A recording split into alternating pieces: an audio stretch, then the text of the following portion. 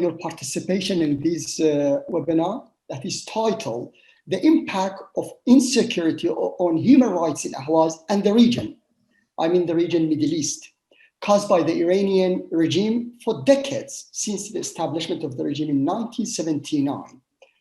Well, the webinar, as you know, is organized by the Dur Untash Centre, that was established in 2018 and is based in Canada. Well, actually, the center is fully independent research center that focusing on humanitarian situation in Ahwaz and Iran as well. I introduce myself. My name is Kimil Al-Bushoka. I am human rights activist and researcher and international law specialist, or having several reports and articles on international law and human rights. I think it would be helpful to give a short introduction about Ahwazi region. Obviously, maybe majority of you know, some of you maybe have no knowledge about the geographical location of Ahwaz. Well, Ahwaz is located between Iran, Iraq, and between, in north part of the Arabian Gulf. If, for instance, we see Middle East is a middle of the world, so Ahwaz is located inside the Middle East. If we think Middle East is from Pakistan to Egypt and Libya, and so we have some borders with Kurdistan as well. And Ahwaz is like a bridge connecting the Arab world to Iran. Ahwaz contains 85% of Iranian oil resource and 90% of gas resource, and around 47% of agriculture and crops in whole Iran, and 40% of water resources in Iran. As you know, the oil resource, oil energy, make up the mass majority of Iranian budget. So it means that majority of Iranian annual budget came from Ahwaz. However, at the same time, unemployment in 3 Ahwazi areas, such as North Ahwaz, Khuzestan, Central Ahwaz, Bushehr, and South Ahwaz, Hormozgan, and some of the parts located in South Ilam and South Fars province. As you know, the unemployment is so high. It means Ahwaz, after Baluchistan region, is the second province in Iran in unemployment. Although Khuzestan Khuzestan occupies the 3rd position, Hormozgan the 5th position, and Bushehr is the 8th position in terms of companies and petrochemicals. Well, Ahwaz surprised the other Iranian regions and provinces in terms of the number of chronic disease, especially in cancer disease such as intestines, skin, kidneys, eyes, heart disease due to air and water pollution. It also suffers scarcity in drinking water despite having 11 rivers. 4 of them are one of the largest river in the region, and largest river inside Iran. On human rights, Ahwaz suffers from long decades of systematic persecution. According to the regime tallies, 1,250 civil and political activists have been arrested only in North Ahwaz, Khuzestan, since 2017. There are hundreds of detainees which the authorities have not disclosed yet. And about the environment, the situation is even much worse. Ahwaz is ranked among the most polluted regions in the world, in addition to the drought and dusty summer and floods in winter, which causes losses in properties and crops of hundreds of thousands of Ahwazis. Well, these studies raise several questions. What is the aim of the Iranian regime or authorities behind turning Ahwaz into the security zone? Why are the Iranian authorities attempting to persecute Ahwazis? Why are they deliberately working to damage the environment in Ahwaz? Why are they working to make Ahwazis more poor and more marginalized? Several questions pose themselves during this webinar, and they will be answered by our participant, politician, rights activists, and academics. So I would like to explain. We have 12 speakers, and I believe one of them have a technical problem. Maybe she will try to join us, Dr. Gill. But currently we have 11 speakers. We have 7 speakers now, and then we have a break. Then we will continue with other speakers. Our first speaker is Mr. Michael Jones. Michael is an American conservative commentator, policy analyst, and writer, and former speechwriter for former president of the United States, and a leader and spokesman in the Tea Party movement. He's also healthcare executive. So go ahead, Mr. Michael. Thank you very much. Everyone hear me okay? Yeah. Hopefully. Yep. Thanks a lot for bringing together this seminar today. I think it's very valuable. I think there's been a little bit of a shortage on the Iranian human rights abuses that we need to address. And let me just kind of start with kind of an overview that I think represents hopefully an objective perspective of where we are right now. Number one is the Iranian regime, in my eyes, represents an extraordinary threat in almost all respects. It is engaged almost unequivocally in a nuclear weapons development program and has been for years. It is engaged and is in fact the largest state sponsor of terrorism globally, and has inflicted extraordinary damage and taken the lives of many worldwide.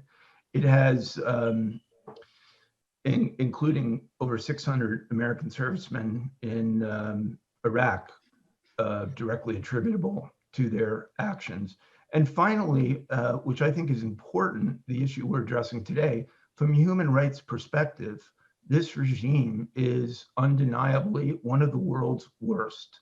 And it appears that the arbitrary, aggressive, totalitarian, and abusive instincts of the mullahs and of this regime in general are intensifying, with executions of innocent people, roundup of individuals based on perceived political opposition to the regime, and of course, the issue we're addressing today, as is the case in other autocratic nations like China, no tolerance for ethnic diversity or independence, or perceived movements that have any deviation whatsoever from this regime.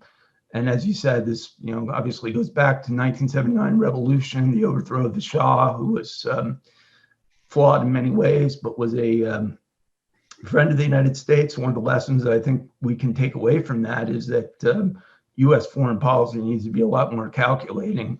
Our isolation of the Shah in many ways was the most significant attributing factor to his overthrow. And that was based on human rights concerns that President Carter then had at the time about the Shah. And of course, things have gotten even worse from that perspective. And we lost a government that, as I said, flawed as it was generally favorable to the United States, to one that now is engaged in a strong alliance with the Communist Party of China and is seeking to essentially create a counterbalance of political power globally to Western democratic and liberal governments of the world that it perceives as opposed to its interests and seeks to supplant. I think I want to just kind of quickly address the U.S. political dimension. I believe that President Trump has done an extraordinary job generally with a policy toward Iran. I mean, he recognized in campaigning in 2016 that this Iran nuclear deal, which released nearly $2 billion to the Iranian regime in exchange for very questionable commitments by the regime to their nuclear weapons development program, was not working. They were still developing nuclear weapons. They were utilizing the resources that we freed up to them in terrorism and domestic suppression. In my judgment, and especially since I think you have some individuals with nonprofit organizations who may not be able to speak as much to the partisan dimension.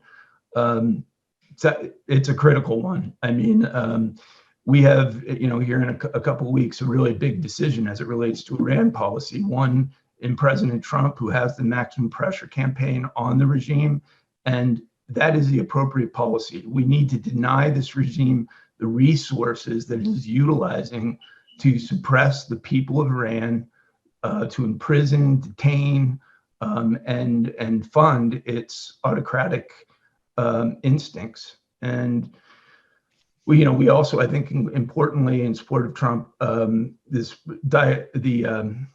decision to place the IRGC, which is behind a lot of this domestic suppression and obviously the main force behind its global terrorist engagements, as a terrorist organization is fairly unprecedented, to have a division of a government that is designated as such, but it is entirely appropriate. The IRGC is the major force behind its terrorist engagements around the world. This regime itself lacks legitimacy. It's one of the reasons I consciously never refer to it as Iran or a government. In fact, its civilian component is essentially cosmetic. It continues to be run by the IRGC and the mullahs.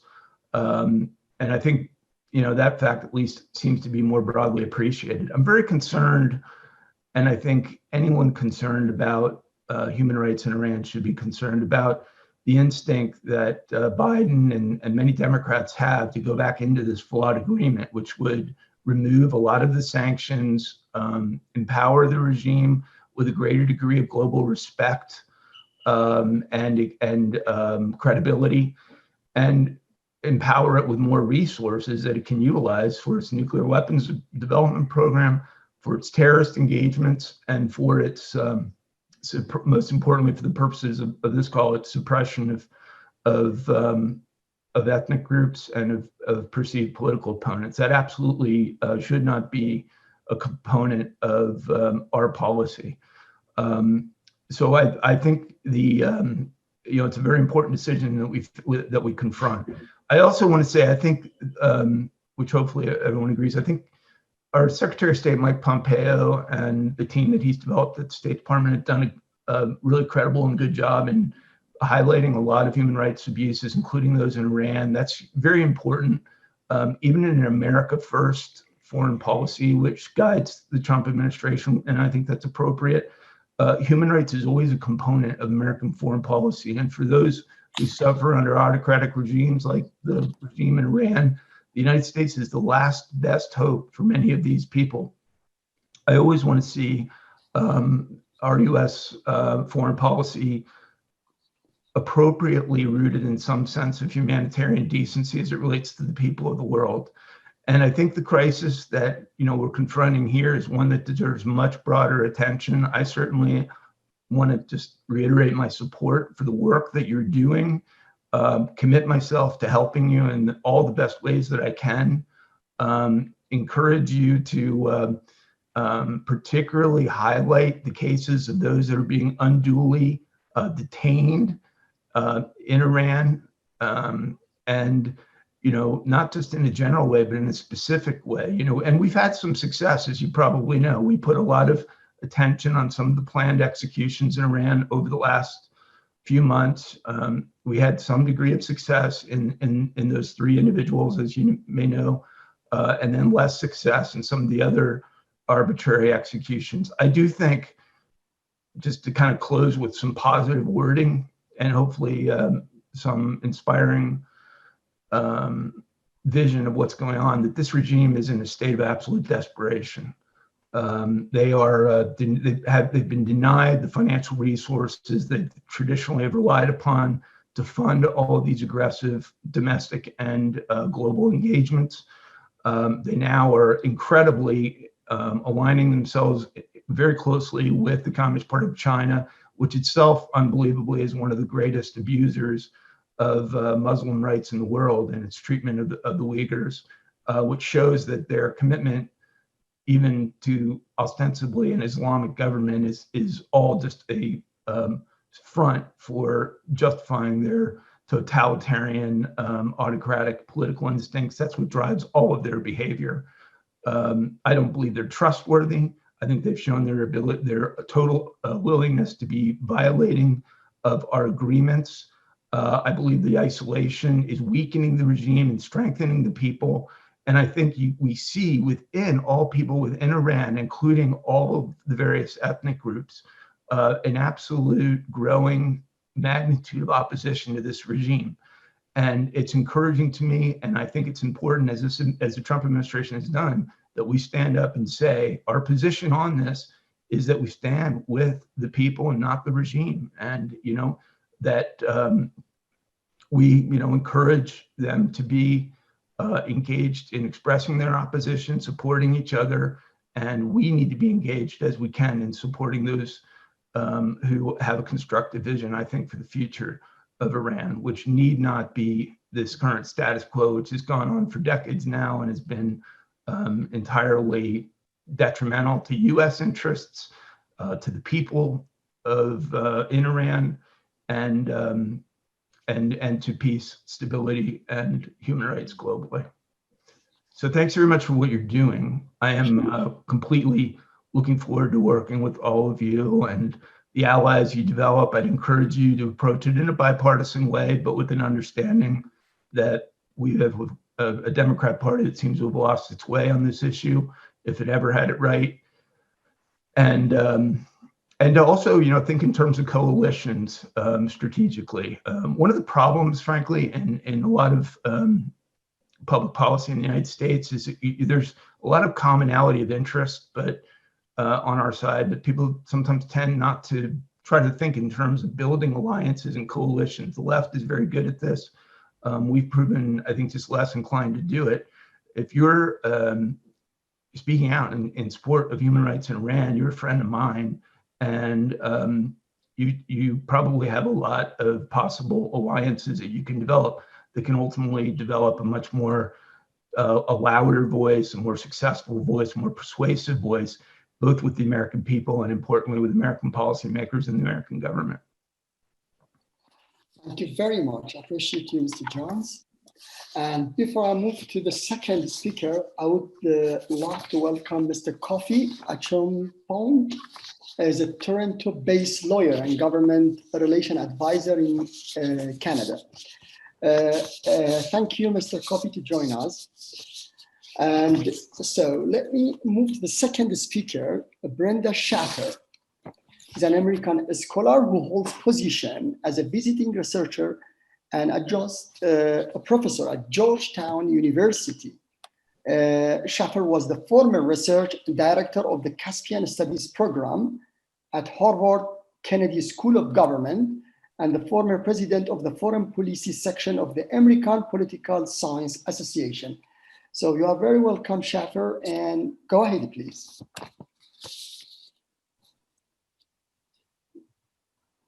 So thank you very much. It's nice to be a part of this group.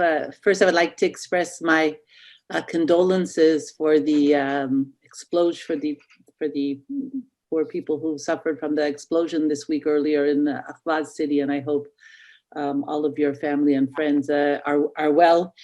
And second, to thank especially Rahim, who's been an excellent guide, a teacher for me on the developments among the Ahwazi population of Iran. And I really appreciate what he's been teaching me over the past year and a half, and he's an outstanding researcher. I'm currently researching a book, writing a book on ethnic minorities in Iran. It should encompass all the main ethnic groups. And I think one of the biggest problems about sort of world awareness about the ethnic minorities is that there's very little reliable information, and especially one of the issues that's so basic, which is the numbers issue, the demography, and almost any sort of mainstream source on this doesn't do any original research or even attempt to do original research.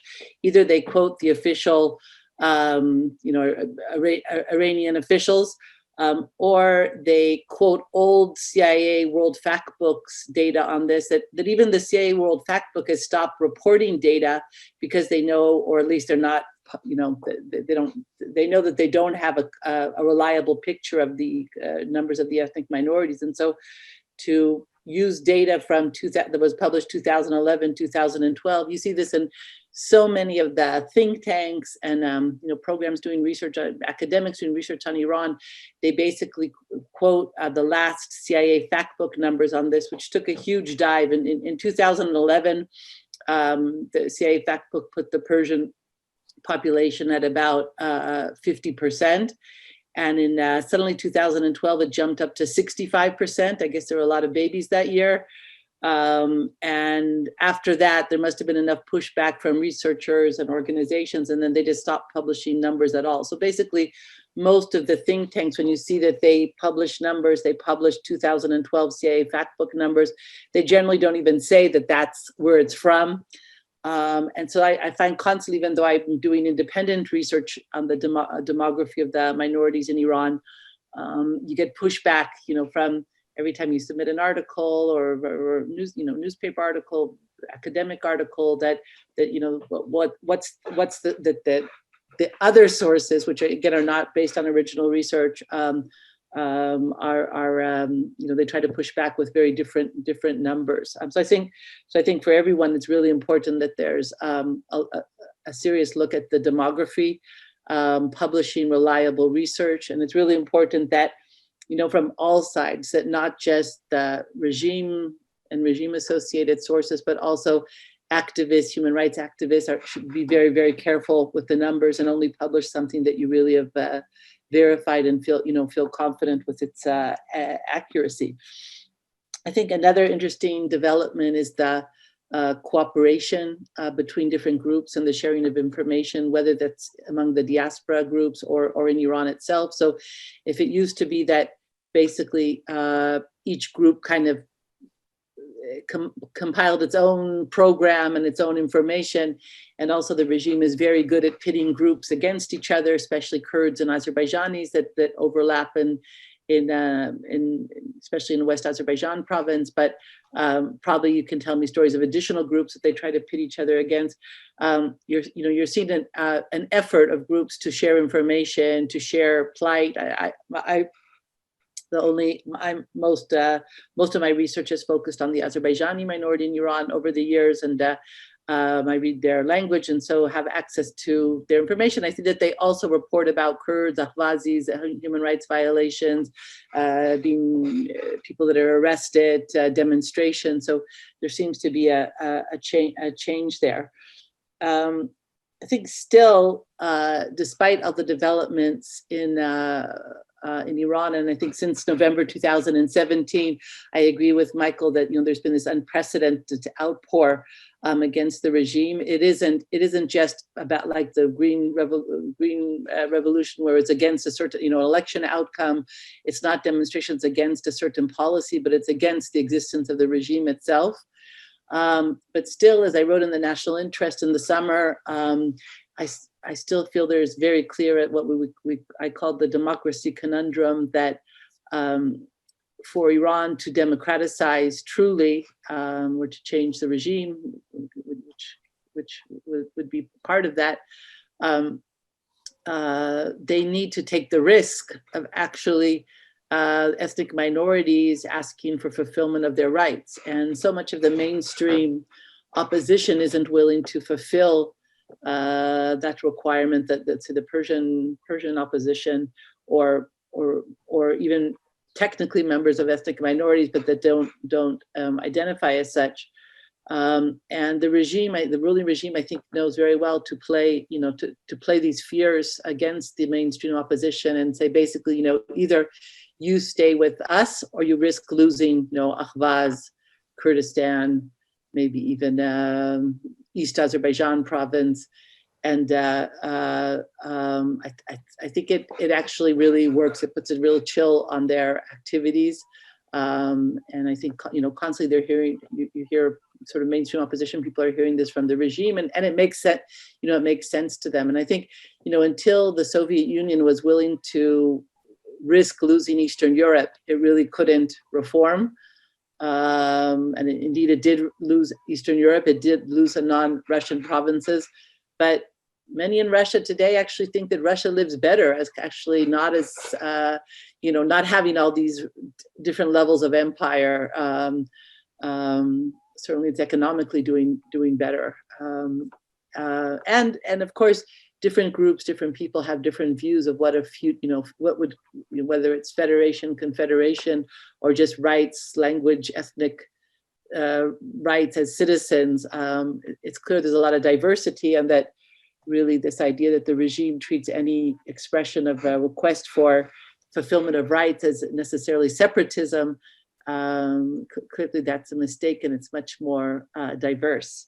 So thank you again for inviting me to be a part of this group. I hope, inshallah, we will meet face to face. That will be much more pleasant in the future. So thank you.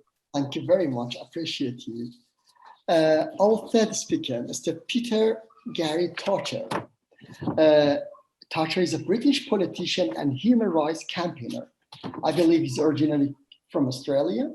And Torcher has worked on various campaigns on human rights, and social justice issues. He attended citizen arrest of Zimbabwean President Robert Mugabe in 1999 and again in 2001. So go ahead, Mr. Torcher. Just your voice, Mr. Torcher. Thank you very, very much. It's a great pleasure and honor to join you. I'm really, really so in awe of the courage and activism of people inside Iran and those outside who are keeping up the fight for equality, human rights, and social justice. Particularly in Iran, people there are doing this under conditions of grave adversity at extreme personal risk, not only to their liberty, but even to their lives. So I salute you all as true human rights heroes. You are awesome, and people like me in the West are so proud and so inspired by your activism. I'd like to just make the point that it's not up for me as a non-Iranian and non-Ahwazi person to make a verdict or to say how the battle should be won. But I do have over 50 years of human rights activism experience. And there are some lessons I've learned during this time which might be appropriate for you to consider and think about. The one thing I think about the Ahwazi struggle that is very noticeable is it is very male dominated. There are very, very few women. And the lesson throughout history is no liberation movement succeeds without the active involvement of the female half of the population. If you looked, for example, at South Africa, during the struggle against apartheid, women were often in the forefront of those battles. In fact, the first great battle against the pass laws in the 1950s was led by African women. So I would just ask you to try and find ways to do more to involve women in your struggle.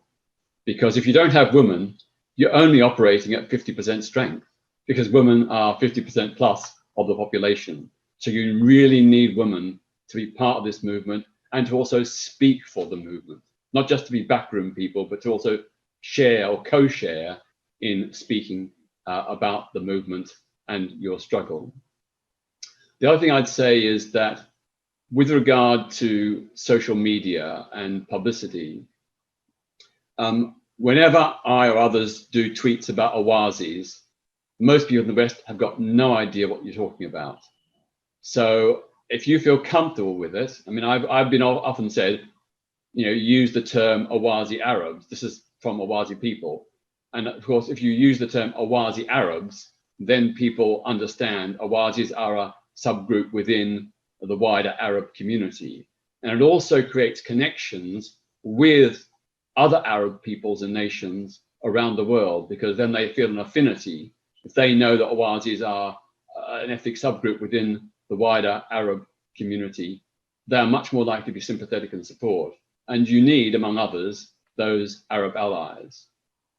I think it's also important to, in some way, mention that Ahwazis are currently part of Iran, because, again, if you say Ahwazi Arabs, most people in the world got no idea where you're talking about, or who are these Ahwazi Arabs? Are they in Palestine? Are they in Morocco? So it's really important to mention occupied region of Iran, or oppressed people in Iran. Again, it helps people understand what you're talking about. Another point I'd make is that it's very important that the campaign is deemed to be politically non-aligned and neutral. One of the criticisms I keep on getting is that many people in the West perceive this as a right-wing campaign.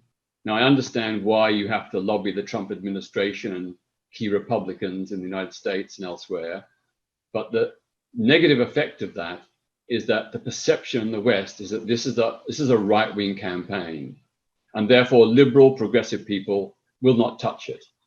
They are staying away, they're refusing to support. So I think, difficult though it may be, it's very important to try and find allies in the liberal left, progressive circles in the West, so that you aren't seen to be aligned with the right. The other thing is, some people are also afraid that the Ahwazi movement wants to restore the Shah or the monarchy.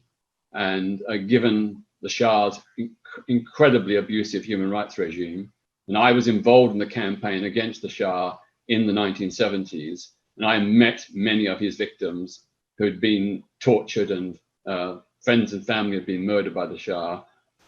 It is not good for this movement to in any way be seen in any connection with those who want to restore the monarchy and bring the Shah's descendants back to the throne. But as I said, all these issues are up for you to decide. I'm just giving my feedback on the responses I received, and it's up to you to make the decision.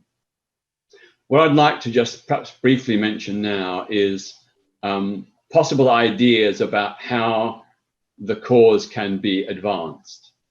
I would have thought that two very good things that the Ahwazi campaign can be pushing for is, firstly, for the United Nations to appoint a special rapporteur to monitor and report to the General Assembly and the Human Rights Council on human rights abuses and ethnic discrimination in the Ahwaz region. Now, that was going to be a very tough task. As you know, a lot of very nasty people have just been elected to the Human Rights Council, Russia, China, Pakistan, etc. So it's going to be a tough call, but if you could get a special rapporteur appointed, that would be very, very important, because that person would then have a remit to investigate human rights abuses in Ahwaz and report to the UN and its various subcommittees. I've worked with other campaigns in the past where UN special rapporteurs have been appointed, and it has massively increased the profile and recognition of human rights abuses in their occupied lands. The other thing is to ask for the UN to send a fact-finding mission to Ahwaz to independently assess the human rights situation there and the abuses that are taking place. Again, UN fact-finding missions have been very, very useful ways of bringing UN and global attention to oppressed, marginalized communities and nations. So that's another point to think about. I think there's also the question about opening up criminal prosecutions against key Iranian officials. And I'm very surprised that generally this has not even been attempted by the wider anti-regime forces. But there is, for example, the International Criminal Court, which has a capacity, an ability, an authority, and a mandate to investigate and bring human rights abusers to justice. So if you're going to identify, in particular, the key Iranian officials involved in orchestrating, commanding, overseeing, and organizing the oppression in Ahwaz, then seeking to get a criminal prosecution against them would be a very, very good move. You know, this is something you need to, I can't go into all the details how it's done here, but it is something that definitely can be done and which has been used already in other cases. In other oppressed peoples have used this mechanism.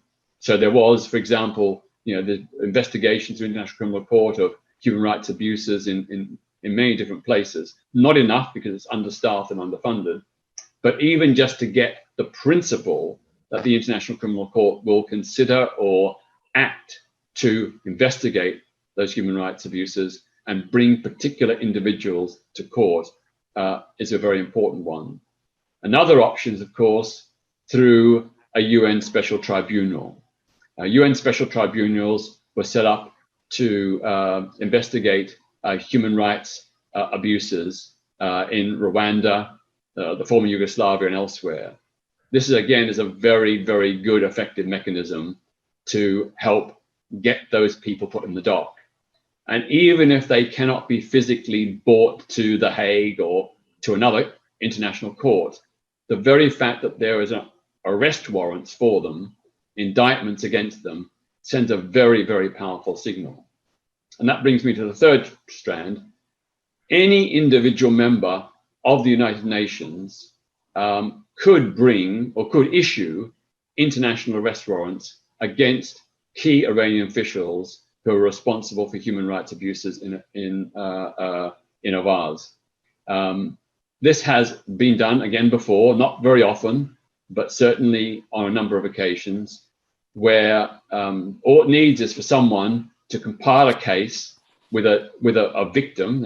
In all these cases, to bring criminal charges, you have to have a victim or victims who can provide evidence that they were tortured, falsely imprisoned, detained without trial, etc.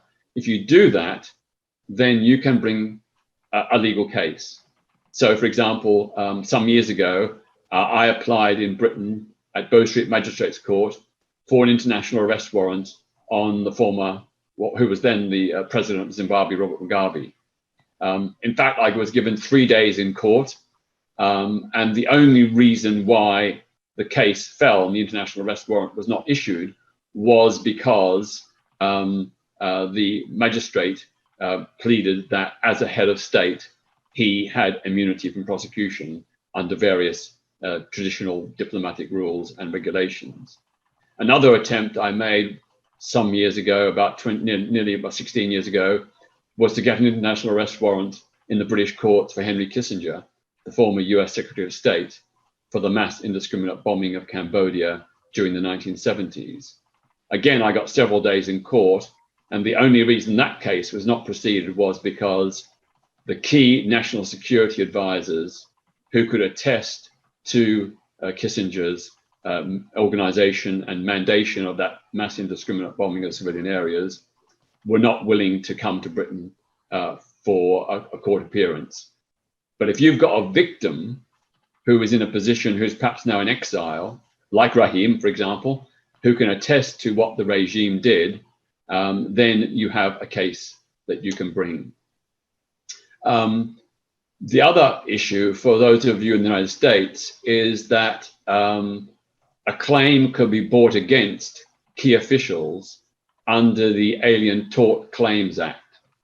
The Alien Tort Claims Act is a very, very long-standing, almost ancient American legislation which allows for the prosecution, in this case, of human rights abusers. And again, if you have a victim or victims who can present evidence that they suffered human rights abuses, then someone could bring a claim under the Alien Tort Claims Act in the US courts against key Iranian military and political figures who are involved or were involved. It can be something in the past, doesn't have to be current, who were involved in orchestrating or perpetrating human rights abuses against the people of Ahwaz. So those are just a few ideas that I throw out. Perhaps the final one, of course, is you all probably know about the very successful boycott, sanctions, and disinvestment campaign against the South African apartheid regime in the 60s, 70s, and 80s. This is a global campaign to get people to refuse to buy South African produce, get companies to refuse to invest in South Africa, and so on. Again, it's limited given Iranian exports and the economic situation there, how that would work. But I certainly think that's something that in principle could be explored and considered. And again, this is something that doesn't necessarily require governments. It just can be a people-to-people thing. You know, if people all across the world targeted the handful of Iranian exports that are like, I don't know, dates or whatever, I can't remember all the different exports, but targeted particular things that Iraq was exporting and refused to buy them. Oh, sorry, Iran was exporting and refusing to buy them. Then that could have an economic effect, which would be damaging and add to the pressure on the regime. Anyway, thank you so much for having me join you. I have to leave at 4 o'clock or just after, but I want you to know that I am so full of admiration for all of you and the great work that you do. Long may you continue, and do remember, no tyranny lasts forever. Every tyranny has its fall, and one day Iran in totality and the people of Ahwaz will be free. You will find your freedom. You will win your right to self-determination. Thank you. Thank you very much. I appreciate you, Mr. Thatcher. Thanks a lot. So our next speaker is Tony Dihum. Dihum is author, columnist, and human rights activist. Dihum has had a strong interest in Middle East politics for 4 decades, and he's fully understanding the present threat that the Iranian regime has brought to the Middle East and the West. I think in 2013, Mr. Tony has joined the conference in the Queen Mary University and has a speech about Ahwaz as well. The conference was titled, "Is Iran Violating Human Rights?" An event organized by the Spring Thinkers Society. So, Mr. Tony, go ahead.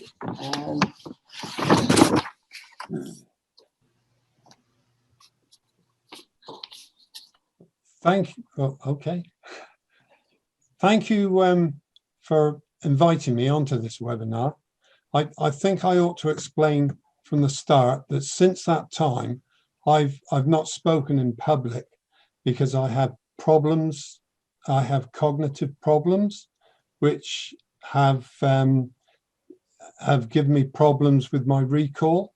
That's why I tend to stick to writing rather than speaking because of these problems. So I thought I'd better get this, but I thought this was such an important meeting that I should attend.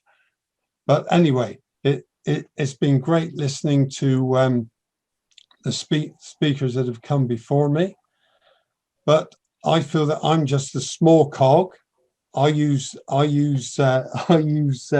Twitter as to put over my point of views, and I was lucky that Al Arabia invited me to write articles for them. So I was able to. I wrote probably about 80 articles on the Iranian regime for Al Arabia, and because of this, I was able to put over a point of view that you can't put over in the West. So I was very lucky that way, because I don't think you can deal with Iran in any way through making deals. It just will not work with them unless they are getting something, well, and unless they're on the winning side and getting virtually everything out of that deal, then why enter a deal with a country like Iran? But I'm afraid the problem is there. There is so much money to be made that Western leaders hold back from the word's gone. So from criticizing the Iranian regime. And the more money to be made, the less criticism, the more silence, and the more deaths. And I feel that in the West, they would rather walk on bodies just to make deals with Iran. So, like I said, I have to apologize for my speaking. I'm not too good, but I'm a lot different with my writing, but which I've got plenty of time for my brain to process. But I felt that this was such a, because I've just finished a fact-based novel, which I followed two students from 1969, two Ahwazi students from 1969 up to the present day. In this novel, I've pointed out everything that those students have had to put up with in Iran, from the pollution to demonstrations on the streets, through being caught up in the prison system, the torture. I've tried to show absolutely everything in this novel, as I've done in all my articles. But the problem is getting this published in the West. It's anything that really criticizes the Iranian regime, you just can't get publicized. You can't get published. And I must admit that that my book is just over 500 pages long, and the only way that I'll be able to get this book published is through self-publishing, which, if in the end I have to do, but then it's getting the publicity out there yourself. But I just can't. But through the research that I've done, I just can't believe what the Ahwazi people have to put up with, and I don't think it's true that what Peter was saying, that a lot of people, anyone I speak to, they don't even know where Ahwaz is, and you have to explain to them where Ahwaz is. But nobody's that interested, even though you've got so many deaths, you've got so much violence rent against the Ahwazi people. People just don't want to know, and that is the hardest point of your struggle, trying to put it over to people. Even national newspapers shy away from the violence and the murders that are taking place, the slaughter that's taking place in Iran, but in Ahwaz. But I don't think you'll ever be able to get the Iranian regime to come to the table in any way. Until this regime is gone, I don't think you'll see any change whatsoever. I might be sounding bleak, but through all the research that I've done years of research on the Iranian regime, and I really can't see a way you can deal with them in any way. They are so racist. Well, if you're not a Persian, then forget it. And I'm sorry, but I really can't see a way that you can deal with the Iranian regime itself. But the only way is to get through the West, which is very hard. But well, someone like me, all I can do is to continue to tweet and continue to write, because you inspire others that way. And I'll leave the rest to the experts like Peter, I think, because such an eloquent guy that I feel so lost here, but I had to come on anyway. So there's not much more I can say, really. But except for if you read my writing, I've got a complete understanding of the subject. But there you go. Thank you very much. Appreciate it. And our next speaker, Graham Williamson, Chairman of Nations Without States. Graham is a British human rights campaigner and has worked on various cases in East Asia, particularly people who are seeking for self-determination. In his organization, Graham is supporting nations without states and seeking to connect them with different decision makers in the United Kingdom. So go ahead, Mr. Williamson. Thank you, Chair. Very interesting conference. I enjoyed Peter Tatchell's description as always. He was talking about what you need to do, and that's very important. I've not written something today about the specifics, but it's also, Tony also made the point, most people are unaware of people's struggles, let alone their name, where they live, what their history is. They know nothing of it. So I think the most important thing that any group can do, small groups, small diasporas groups, is focus on awareness, building awareness of your existence. The Tamil struggle, for instance, very few people knew what Tamils were, probably thought it was something you ate. But when in 2008-9, at the back end of a civil war, their actions and activism picked their way into the headlines. In effect, they through their civil disobedience campaigns, people became well aware. It didn't actually work in the end, but nevertheless, they created a great awareness. And I think you guys need to do that. Obviously, I was sent, Chair, a list of various areas to look at, all of which are interesting and fascinating. But one I was asked to look at was demographic change. Obviously, the conference is looking at human rights and the specific denial of human rights in Iran, which we all know, to all different ethnic groups there. But often and really unspoken threat in long term is demographic change. And I just wanted to look at that in general and then just put a little bit about the Ahwazi situation itself. Every state, of course, is different, but if an oppressor state, particularly one that doesn't respect demographic norms, would want to weaken a disgruntled national minority, it will often take similar action against its activists, such as restriction of protests, media, and increasingly these days, social media. So they want to deny you the oxygen of publicity and the ability to communicate between each other. That's self-evident. And they'll also encourage division within the self-determinist camp and promote pro-unionist voices. You know, those that, for whatever reason, want to stay, say, in Iran, if we're in Ahwazi.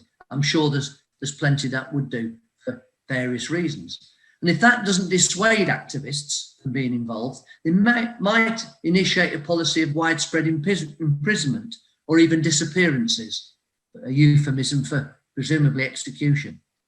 If all the suppression is unable to change the separatist view of the broad majority of that national minority, the state may then take action against the latter itself, against the community itself, which I think the Ahwazi are in that situation now. They might begin re-education schemes in schools, language discrimination, and or relocation to camps and even random violence. Alternatively, it may stray into a physical war against part or all of that community. In other words, acts of genocide. I think you will recognise these actions within Iran. There are numerous examples of all these actions in history, and even today, whether it's the Uyghurs in Xi'an, in camps in China, Tamil civilians bombed in Sri Lanka, and of course, public execution of Ahwazi in Iran. These tactics are well known to self-determinists, although they might be seen to have been used against other political dissidents. For example, the death of between 500,000 and 3 million people in Indonesia in the mid-1960s. What is less well known, however, is the policy of demographic change, practiced intermittently by states, sometimes successfully, always ever present, as perhaps their ultimate solution to separatism, beyond, of course, genocide, from the occupier perspective. This change is an attempt to weaken the strength of self-determination within the territory by replacing or adding to the population people of a separate, often from the majority nationality. This has occurred many times in many countries. To give one example, the Communist Party of the Soviet Union inherited after the First World War the Russian Empire. Significantly, numerous nationality populations within it had at that time experienced independence. Although ultimately most were overrun by the state, it was clear to the authority, in particular Stalin, that those people had not given up their opinions or hopes of regaining their independence. Thus, they decided to implement a policy of internal migration of Russians to different parts of the empire.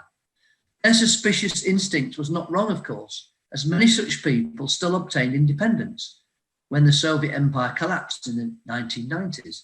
Although largely unsuccessful, it resulted, for example, in the recent Ukrainian civil war between Ukrainian and ethnic Russians who had been moved into the territory since the 1930s.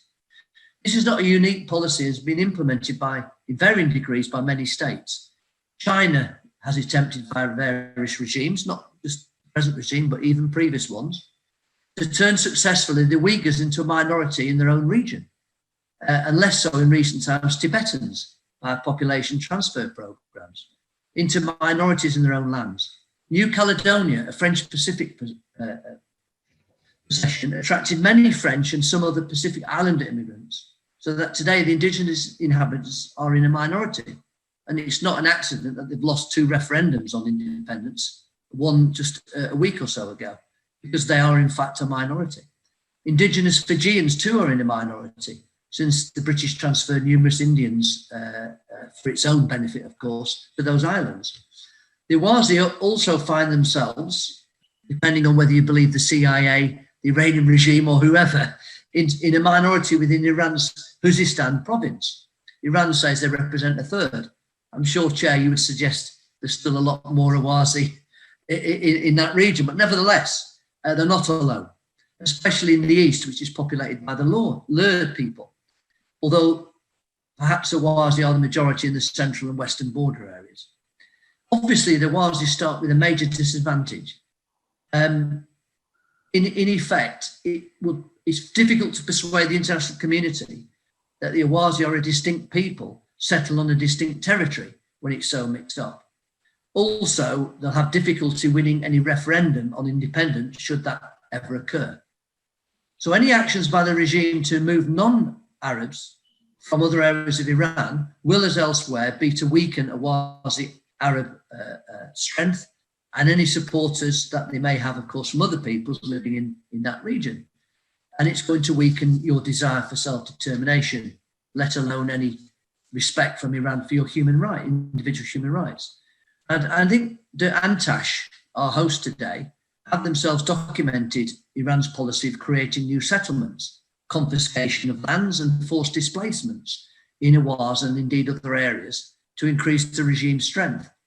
Of course, whilst most states will not contemplate any loss of land, they don't seem too bothered if the people are lost, they don't want to lose the land, usually it's because of the resources.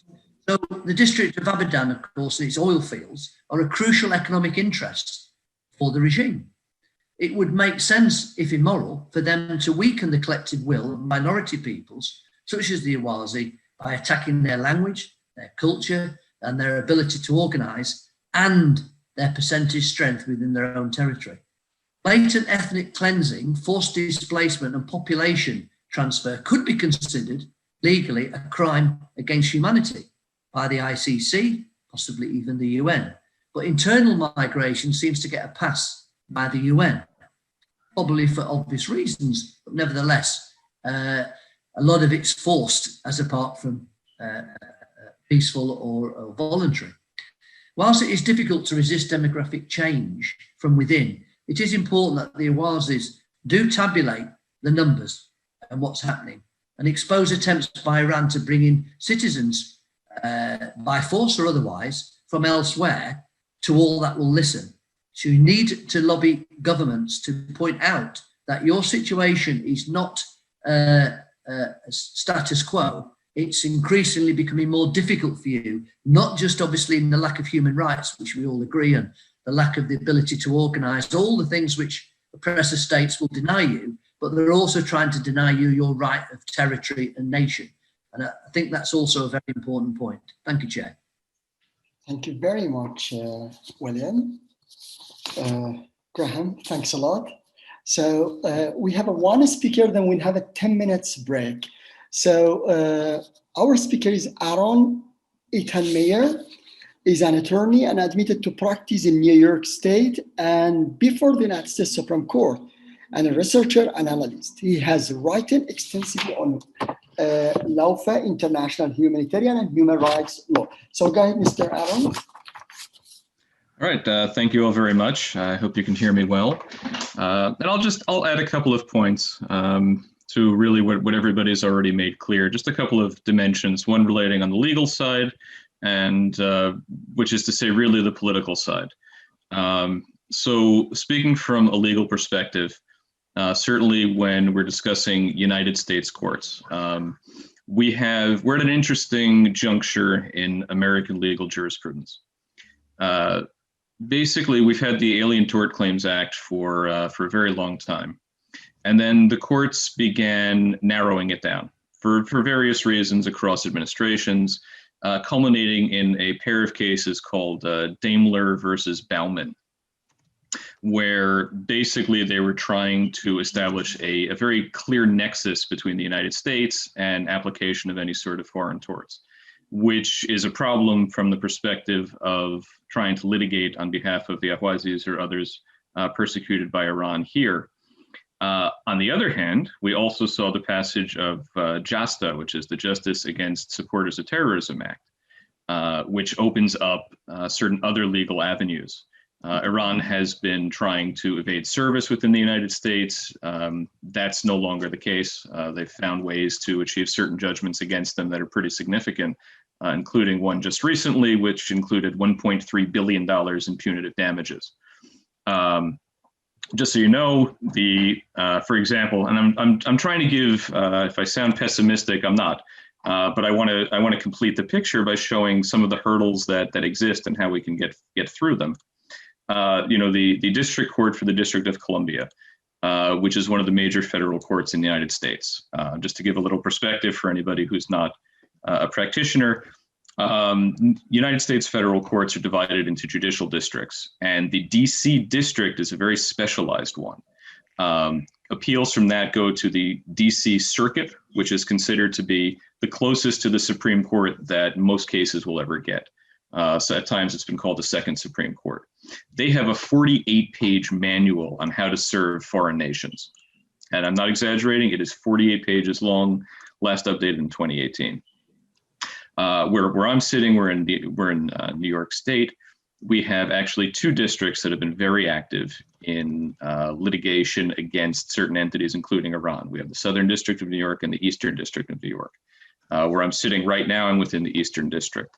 And so when we try to think about utilizing United States courts to call Iran into account for its crimes, we do have certain options right here. There are a lot of jurisdictional pitfalls, but at this point, Iran has sort of tipped its hand. Their counsel have raised a certain number of issues each time, some relating to service. And I know I'm getting very, very legal, so I apologize if anybody doesn't find this as interesting as I do. But just to give an idea of some of the mechanics that are involved, at least with a proposed U.S. action. The first is, of course, you would have to serve your papers upon the government. And again, there are 48 pages of different ways to do that on Iran. They have a consulate, there are mail provisions, there are a number of ways that can be done. Then they challenge jurisdiction. That's really what I was just getting at with respect to the Alien Tort Claims Act and certain others. To that end, some of the recent decisions that have been publicized by the U.S. Department of Justice can be very, very useful for us. Designating Iranian judges in particular and banks. Those create nexus points where their criminal actions can fall under United States criminal law as applied. Which can then lead to private causes of action that can be maintained, at least in theory, in United States courts. And if you're wondering why I'm completely fixated on United States courts, it's because from an international perspective, the dynamic is very different. As many know, I'm not the biggest fan of international law as law per se. I find that it does not have the requisite safeguards that certainly that I would expect as a practitioner from a legal system.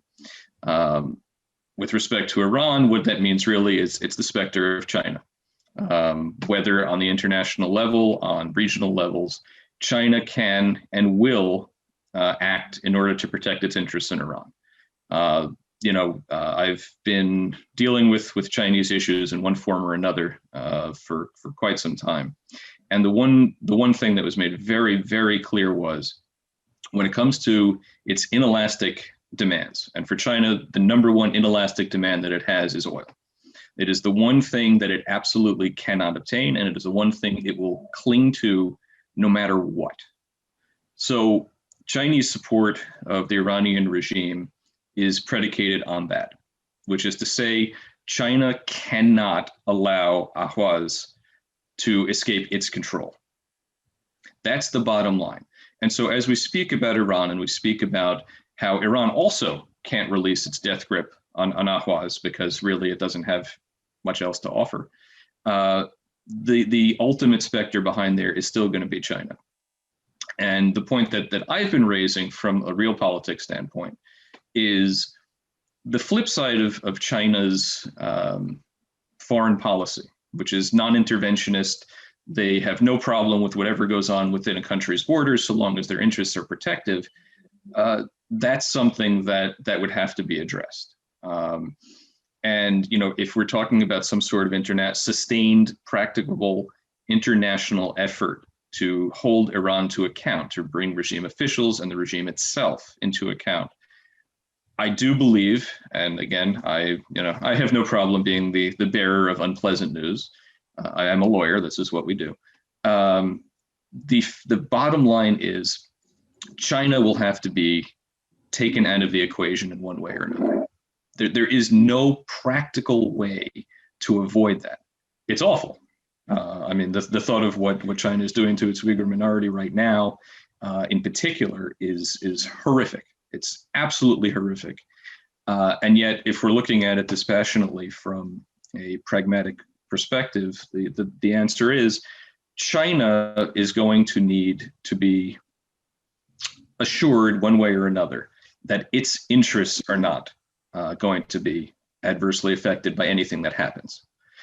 That does represent a potential opportunity for Ahwaz, because again, China doesn't care. As I said before, China doesn't care. Well, no, really, they don't care. As long as their interests are going to be protected as far as they can tell, China does not have any loyalty to the likes of Iran. Quite the opposite. They will use Iran.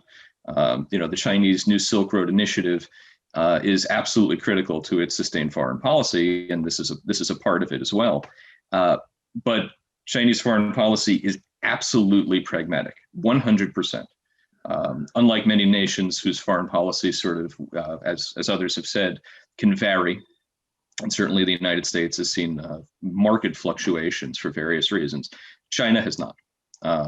And so if we're really going to discuss accountability, international accountability with teeth, China is going to have to be factored in and considered that way as much as we might find it completely unpleasant. And there is actually a historical precedent for it, although it's a very negative one. Basically, China is sort of in the position that Great Britain was right after World War I. When Great Britain sold out Ahwaz, and let's not mince words, that's exactly what happened. Great Britain had agreements, and it did what it needed to protect its own interests, which at the time was British petroleum. When Reza Khan appeared to be ascendant, the internal papers all indicate pretty clearly that the Foreign Office calculation was to ensure British interests at all costs, and that's giving a very abbreviated version of a pretty dark historical time. That was the dynamic that led to outright annexation and the end of an independent Ahwaz for the last 95 years. That dynamic, that principle, that motivating force that was so negative in 1925 and preceding that is something that can be utilized now as well, but in reverse. I'm not saying it's easy. I'm not saying it will be even necessarily practicable in the near future. But there are dynamics, there are abilities that exist now that one might say did not even exist 20 years ago. As nations improve, as nations expand their power, their growth, including China, and they secure their own interests, that does open new potentialities for further action and further maneuvering, let's say. So as we're considering all of this, my admonition is always to bear in mind that, on a certain pragmatic level, we have to understand the nature of the major powers that are interested there, and try to at least identify them on the game board and see what we can shift and what we cannot, as long as the main goal is borne in mind. Because as matters stand, Iran exists and is able to exercise its impunity because they know China is not going to let anything happen. That's the bottom line. Russia as well, but to a lesser extent. For various other reasons, Russia has been given certain access that it needs more in Syria and other regions, which has allowed China to really move into Iran and exert its role. So we do have opportunities. There are things that are changing and developing now, as bleak as other things may seem, that can really be utilized. Thank you very much, Aaron. So we have 10 minutes of break, then we will back after 10 minutes. So take coffee, water, and after 10 minutes, we'll be back. Thanks.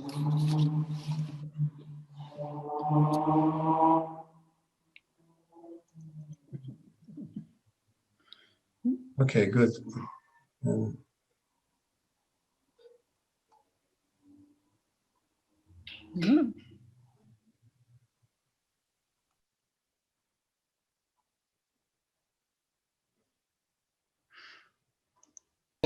Our speaker now, Mr. Kufi Ashomhor. He's a Toronto-based lawyer and government relations advisor managing his own practice. Mr. Kufi is a former senior policy and stakeholders relation advisor to 3 Ontario cabinet ministers, and has appeared as a political commentator on Canadian news and current affairs. Kufi's work includes championing issues and creating awareness about inequality and human rights issues, both domestically and internationally. So go ahead, Mr. Kufi. Hi, thank you very much, Camille. Can everybody hear me? Yeah.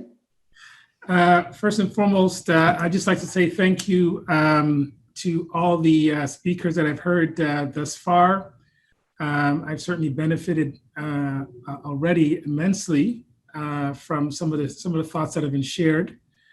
I come to this as somebody who I think perhaps like many non-Ahwazis didn't know much about the Ahwazi people or the history of that region until I came into contact with my good friend Mustafa here. And Mustafa is the one who has been very kind and generous over the years when I first met him to kind of let me know a little bit about his experience and about how he got to Canada. So he and I, I'll just take a bit of a moment here. He and I met one day on the subway as I was coming back from work. I guess he saw me studying some basic Arabic text. I was learning Arabic at that time, and he started engaging in a conversation. I think at that point, Mustafa had probably been in the country for maybe less than 2 years, if my memory serves me correct. So his English was still kind of basic, but nevertheless, he and I were able to communicate. Since then, he's become a very good friend of mine. Our families know each other, and he's now, advanced so much so that he's now, starting his PhD here in Canada. So a real testament to his life, his struggle, and his efforts to make the cause of the Ahwazi people known to other communities and to the broader world. He also knows, of course, that I take an interest in issues having to do with minority rights and human rights. And of course, once I got a chance to learn more about the experiences of the Ahwazi people, it was a bit of a concern for me. My opportunities to regularly interact with Canadian political officials have afforded me a chance to kind of raise this amongst Canadian political circles. Not long after, I think, the conference, the international conference that happened in Belgium, Mustafa, you can correct me if I'm wrong, I think that would have been early 2019. Is that right, Mustafa? 2018, sorry. Yeah, 2018. We were able to schedule a meeting with the Prime Minister's then Parliamentary Secretary, actually he's still the Prime Minister's Parliamentary Secretary, and a sitting member of Parliament here to discuss this issue. And my understanding is that some awareness is being raised amongst Canadian political circles about this issue. Many people don't know much about the Ahwazi cause. Of course, there is quite a bit of awareness about Iran's historical human rights abuses, extrajudicial killings, its involvement in sponsoring terrorism in the region. Here in Canada, the former Conservative government, in fact, severed ties with Iran in 2012. So Canada doesn't actually have any formal diplomatic relations with Iran. Nevertheless, the current Liberal government, when it came into power in 2015, made it clear that it was its intention to reopen some form of relationship with the Iranian regime. And of course, that was met with some skepticism and criticism, naturally, by many people who, for many good reasons, view Iran as an international pariah and a belligerent force with respect to human rights around the world.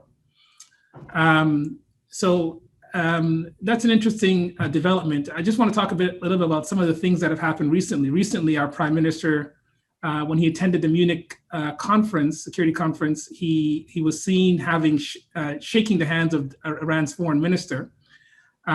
This was obviously after the downing of the Ukrainian Airlines flight in early January, I believe, of this year, in which over 170 people were killed, 50-something of whom, close to 60 people, were actually Iranian Canadians or Canadians, citizens.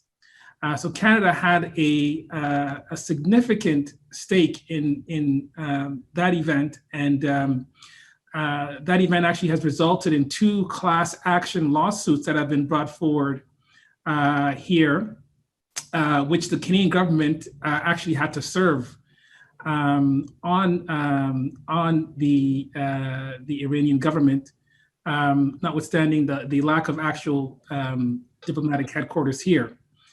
There was some sense that Canada was stalling in trying to serve the class action lawsuits that have been brought forward by the family members of some of the victims of the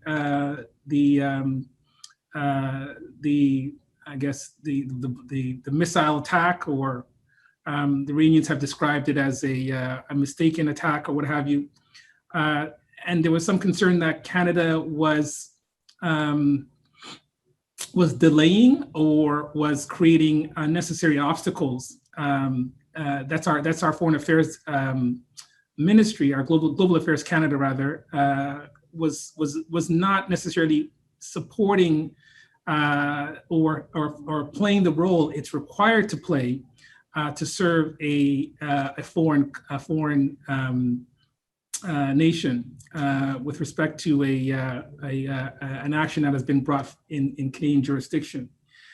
So you can make of that what you will in terms of how Canada is in some ways, and I have to confess, I mean, I'm somebody who I align myself with the Liberal government. I worked for the Liberals in the past, but I have been disappointed at times with the way in which the government has dealt with Iran as it pertains to its undeniable and grave abuses. Some of you would, of course, have heard about the recent killing of or execution of an Iranian wrestler who was a national gold medalist wrestler and an Olympic wrestler. And events like this, I think, raise some sense of general awareness about the heinousness and the callousness and the lack of due process and human rights in Iran. I think, it does speak to, at least I think, people's sense of a recognition that this is not a regime that really cares much for international human rights norms, international human rights laws. The storylines around that particular event, I've spoken to some stuff about this, I think, briefly, included mentioning that really, if a person is charged with having violated national security laws in Iran, they have to pick from a list of pre-approved lawyers. And Mustafa, you can correct me if I'm wrong. There's a very small list of pre-approved lawyers who can defend you against charges of having violated Iranian national security laws or laws that they deem to go against God. It's really an insane level of logic that undergirds their criminal justice system. But it did raise some awareness about just essentially the lack of due process, the lack of human rights respect within that country. The downing itself of the plane also reignited calls for Canada to issue further sanctions. There are various ways that Canada can issue sanctions against Iranian government officials or people who are thought to be responsible for or involved in some of the acts that have caused people to lose their lives or to have their rights violated. In Canada, much like in the United States, we have our own version of the Magnitsky Act. And so that act allows the federal government to list a number of individuals who are tied to the state, who may have foreign assets somehow in Canada that can be frozen or limited. It prevents them from traveling to and from. It effectively also raises a bit of a political awareness about the person's culpability and involvement in human rights abuses. And again, this is notwithstanding the fact that there are already other means by which Canada can impose sanctions. And in fact, Iran is sanctioned under some of the economic measures acts that we have. But the Magnitsky Act really is kind of becoming the normative way in which people talk about targeting government officials that are abusing human rights. Mustafa would be aware that I'm somewhat also involved in efforts among Uyghur Canadians to raise an awareness about obviously China's human rights abuses in Xinjiang. And I think there is a lot to learn from, although it's a different situation. There are some parallels, and there's a lot to learn from the awareness that's been created by the human rights abuses that have become sort of mainstreamed, or the awareness of which has become mainstream, I think, recently here in Canada, and I think around the world. There are Senate subcommittee hearings that occur. There is a standing committee in Canada here on justice and human rights that just recently completed a report on the human rights abuses that are taking place. There have been past reports on Iran's human rights abuses as well that have come out of committees on I forgot what the subcommittee was called. But committees on human rights essentially in Iran, but they weren't specific necessarily to the Ahwazi ethnic group. Of course, Iran has so many various minority groups and ethnic groups, and of course, it deals really with a lot of persecution of Christians, Baha'i, Sufi Muslims, and other groups as well in Iran. But I do think that there's an opportunity to, I think, raise some general awareness through the connections we're making right now with some Canadian officials, including the Prime Minister's own parliamentary secretary, to bring this to perhaps the table of this subcommittee, and to perhaps create a more sort of standalone report or a sense of accountability with respect to Canada's concerns with the people of Ahwaz and their distinct and unique experience as it relates to the oppressions that they're facing in that country. What else did I want to share or talk about? One of the challenges, of course, is that, and Mustafa and I again have spoken about this at length, is that Canada has a very relatively large and influential Iranian Canadian community, many of whom are actually somewhat quite wealthy. Just north of Toronto, where I live, is a small city with many Iranian Canadians, and it's considered a pretty sort of well-to-do part of the greater metropolis. Some of those individuals and some of those families are thought to be connected to regimes and individuals and corrupt officials in Iran. And again, this is known. I'm not a specialist in Iran or anything like that by any means, but this is kind of known. The challenge, of course, is that there is some protection that might be in place because you have officials who are also of Iranian descent, who are also members of parliament and members of provincial parliaments as well, who don't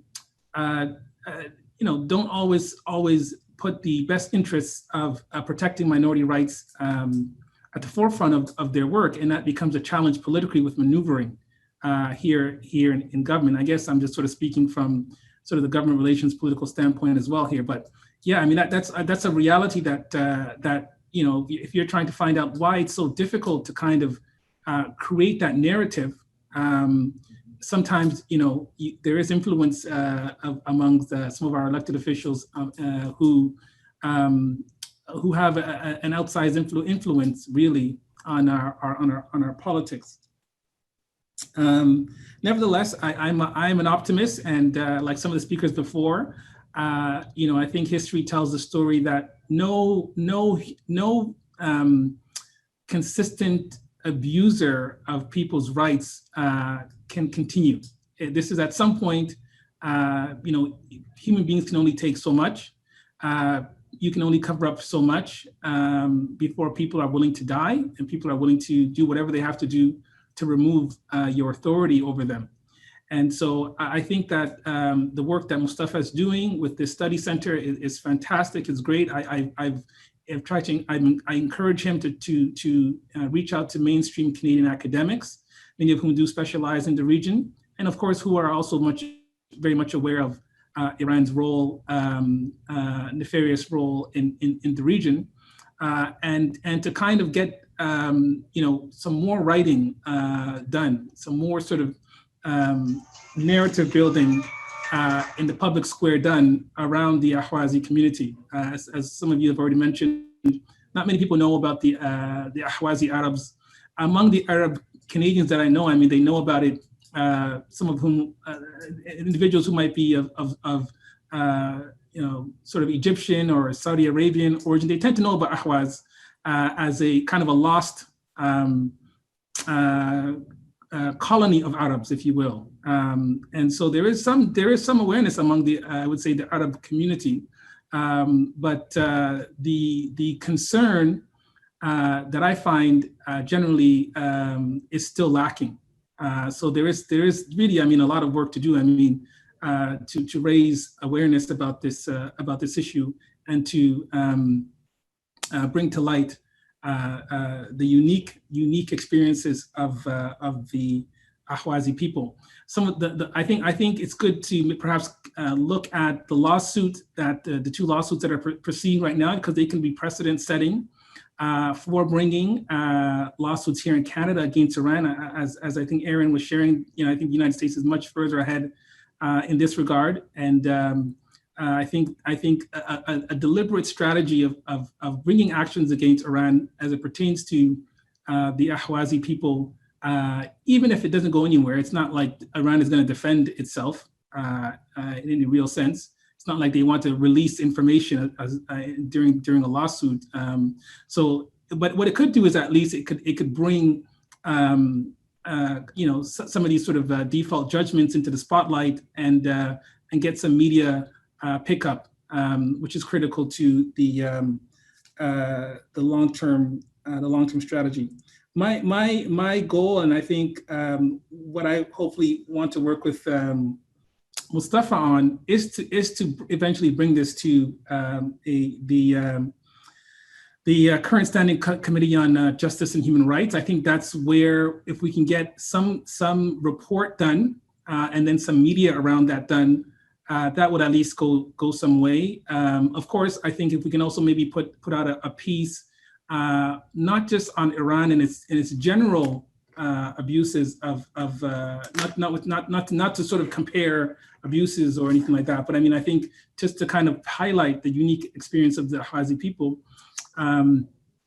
If we can put something in a national newspaper here, which for the most part I haven't seen, I think that would be critical. And there are some writers here who I think we can look at, or some journalists here we can try to pitch the story to if they want to write it, or perhaps even some op-eds perhaps we can pursue ourselves in calling for Canada to take a tougher line and to recognize the experience of the Ahwazi people more specifically in our foreign relations. But I know it's a bit of a all over the place talk, so you'll have to forgive me. I didn't know I was going to speak until just recently, but nevertheless, I am heartened, and some of the responses we have gotten from some Canadian political officials are encouraging, at least. So I think I just want to leave that there. I can't recall if there was anything else I want to say, but yeah, I think that's essentially it. Our goal is to work right now with officials who have been at the forefront of bringing forward a report on China's human rights abuses of the Uyghurs, who have been instrumental in making Canada a leader with respect to the global response against the Rohingya Muslims in Burma. These same officials understand the dynamics of the abuses that the people of Ahwaz are facing. And I think they're potential supporters that can help bring this attention more to the forefront as well. So I'll just kind of leave my comments there for now. Thank you very much, Mr. Kofi. Thanks a lot. And our next speaker is Mr. Naji Haraj. Naji Haraj is the Executive Director at Geneva International Center for Justice and University Lecturer in International Law and Human Rights. If you search Geneva International Center for Justice online, you will find several articles regarding Ahwaz situation, non-state actors, Iranian non-state actors in Iraq, Yemen, and they have a very great job to reveal the Iranian agenda in the region. Go ahead, Mr. Haraj, and thanks for your attending.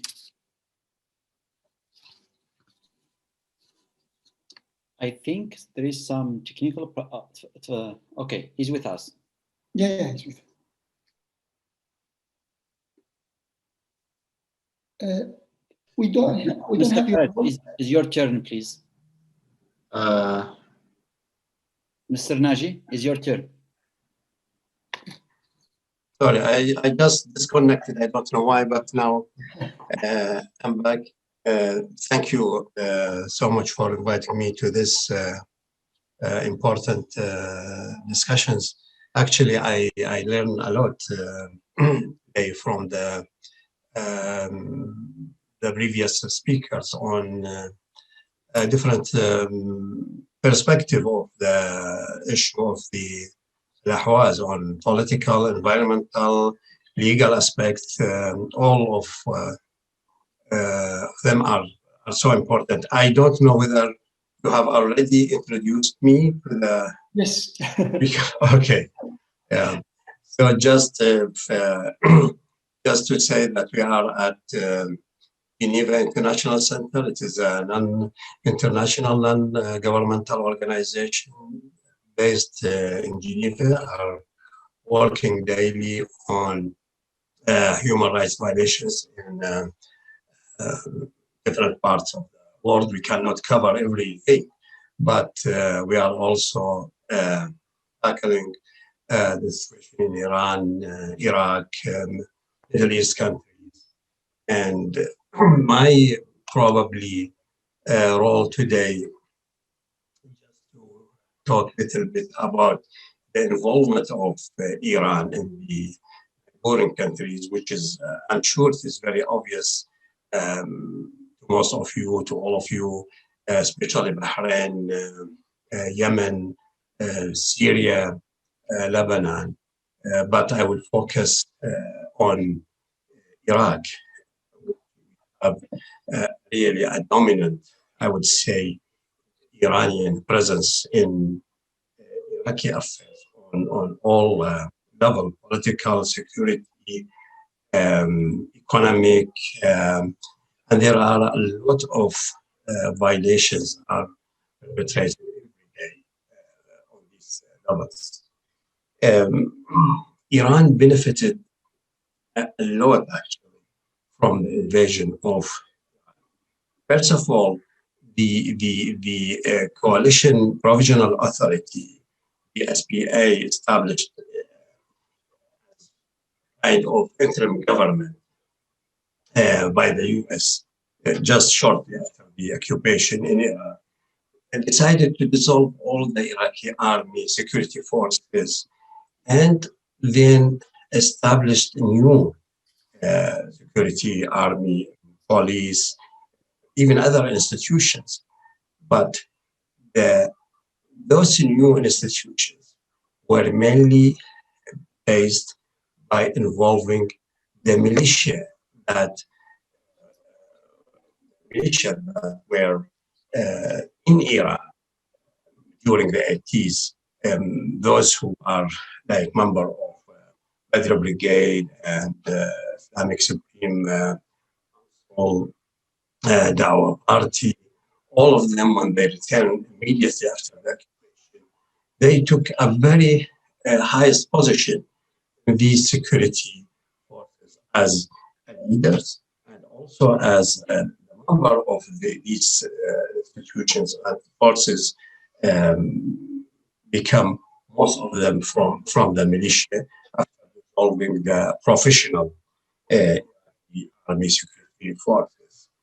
And those people were trained in Iran and trained to attack Iraq, trained to kill the Iraqi people.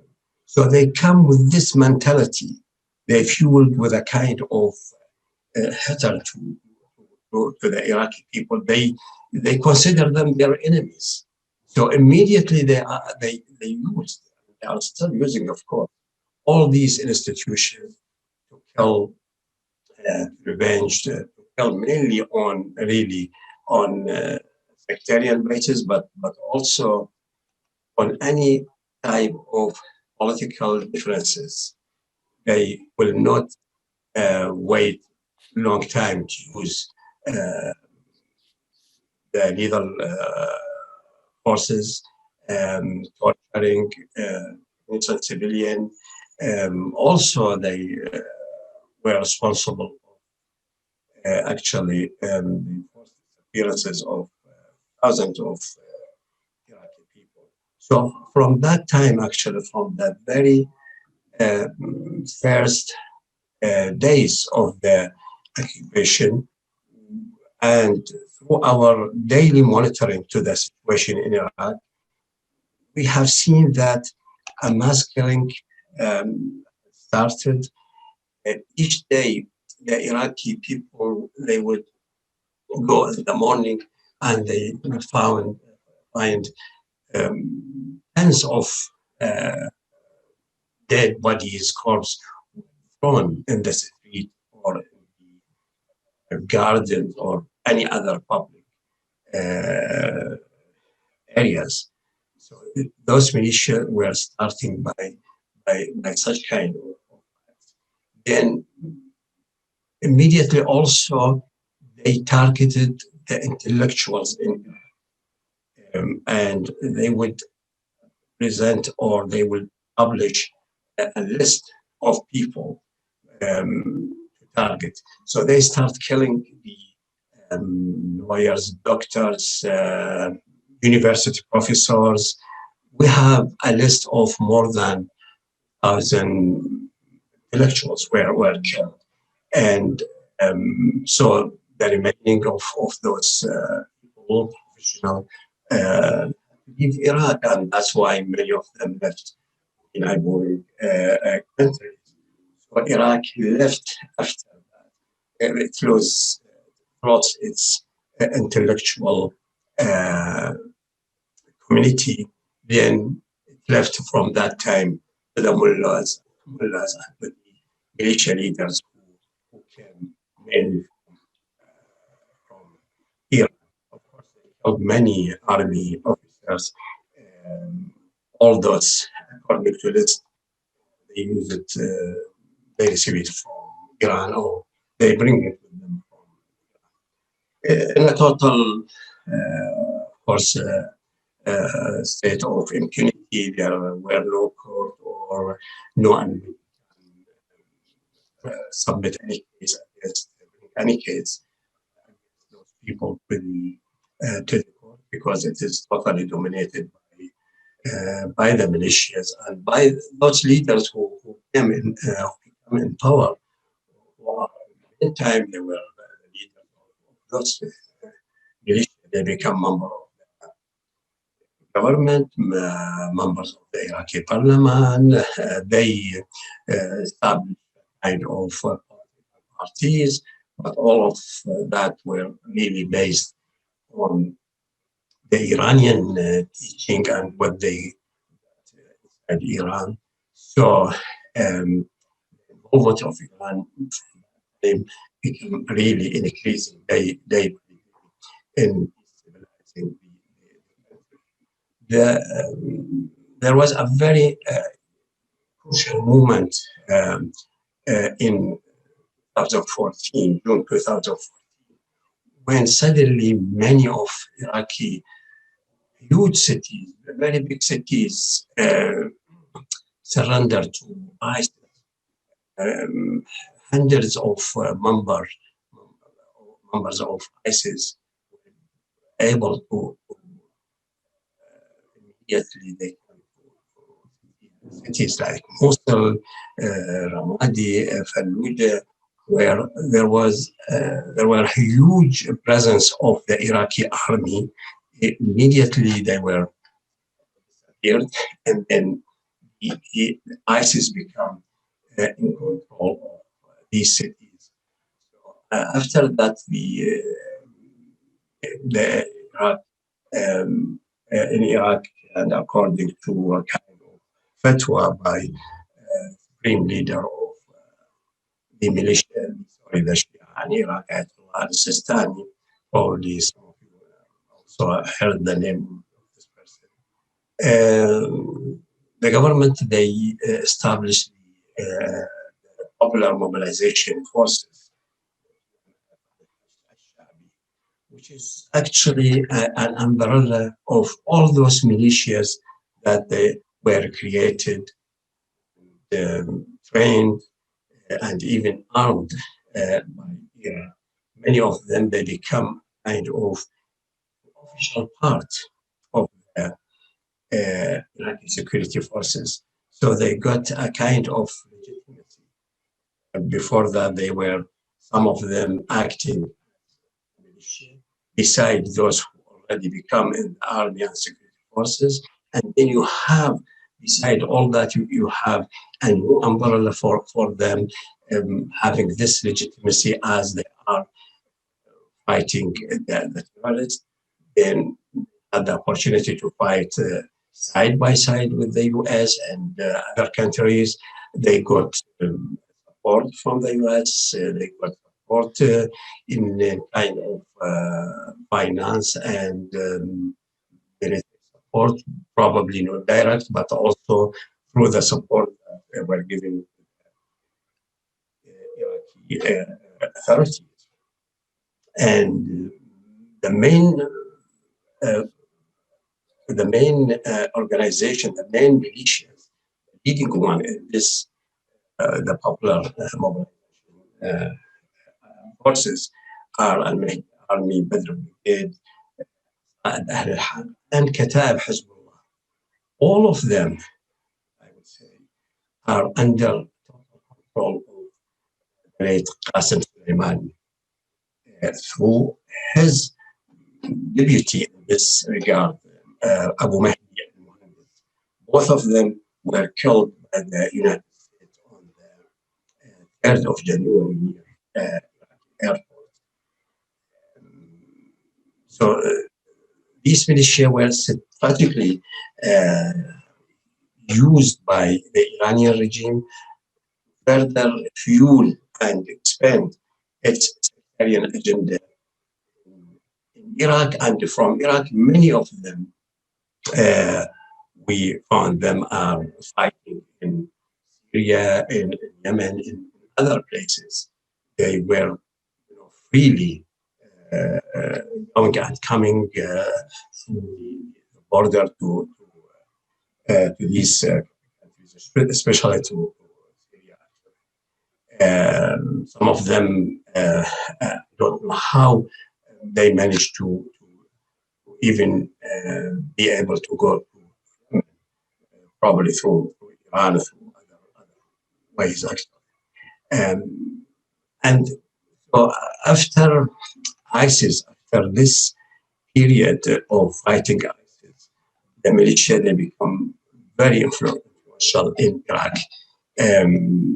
They dominate more ministries, they dominate more economic sectors, they dominate even the borders of Iraq and all those posts, and even any type of trade with the neighboring countries were almost dominated by the Shia militia.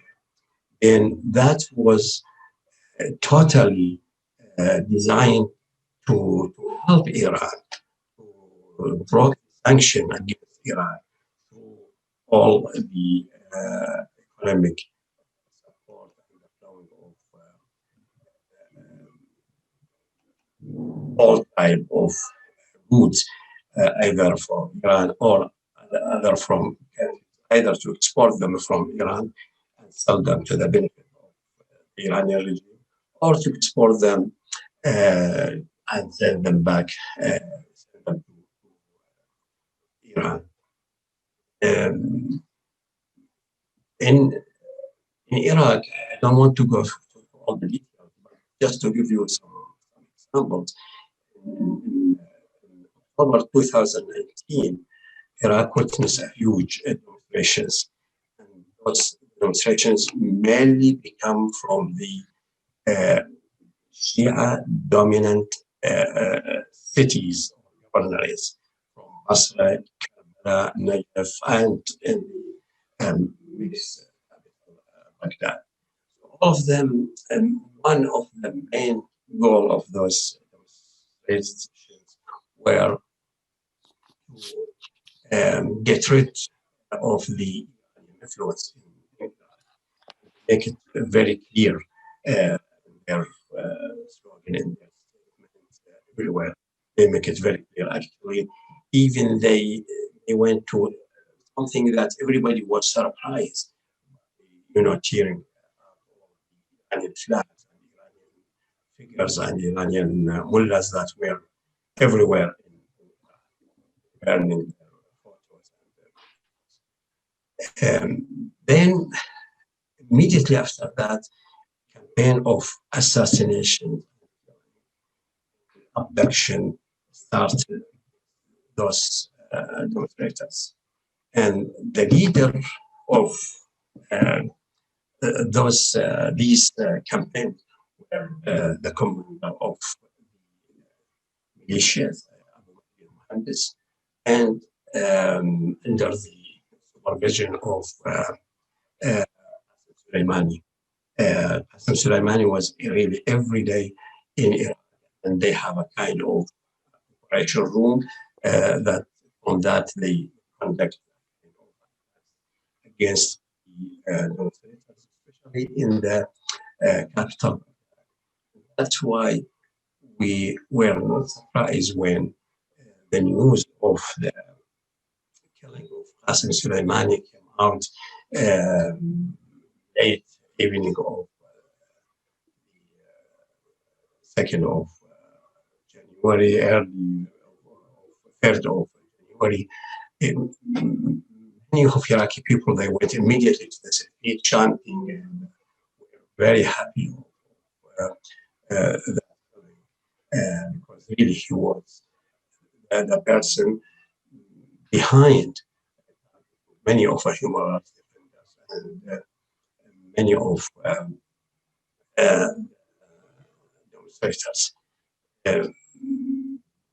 And even before that, and even after that, Iran news agencies continue to show or talk or publish articles claiming that those activists, the Iraqi activists, are just an American agent, and they are willing to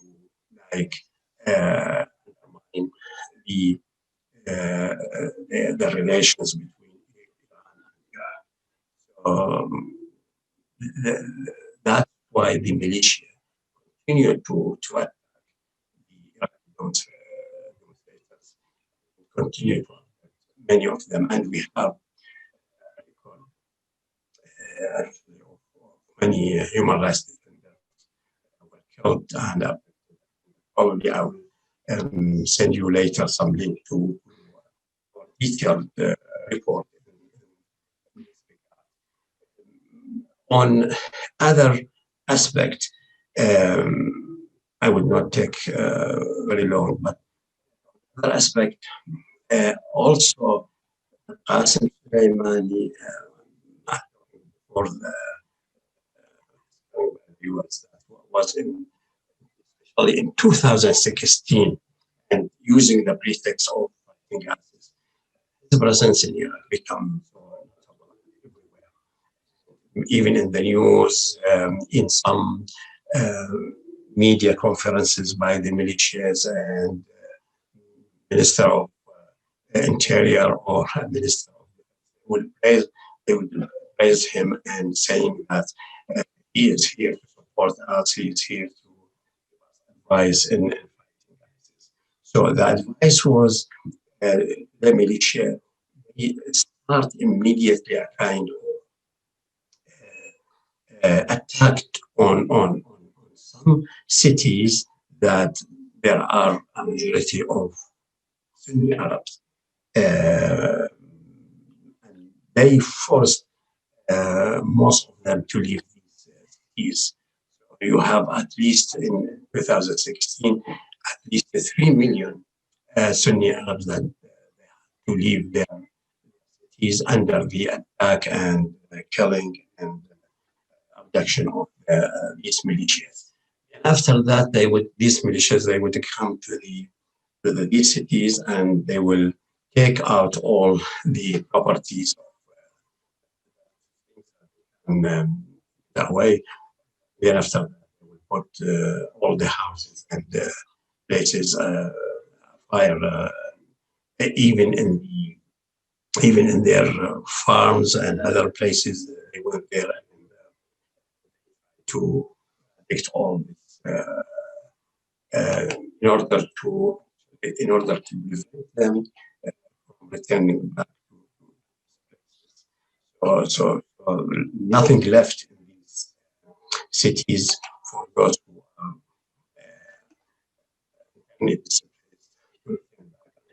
there are more than 2 million from those. Some of them just return on the ruins of homes and houses. Many others remaining, they cannot return until now. There are many more that attack people while they were in prayer. There is a very important incident. Of course, what they are willing, the issue of democratic change were brought here. What they are willing from all this is to establish this or to achieve kind of change in many places, especially in the capital, because in 2007, 2008, of authorities on sectarian basis, so we have millions of people left the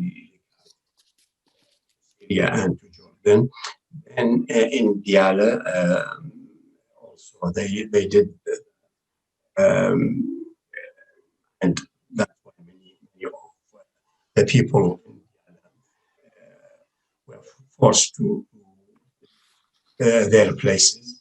Then in Fallujah, in Saklawi, the 2nd of June, 2nd and 5th of June 2016, also under the pretext of fighting ISIS, they took more than 1,000 Iraqi civilians, and now nobody knows where they.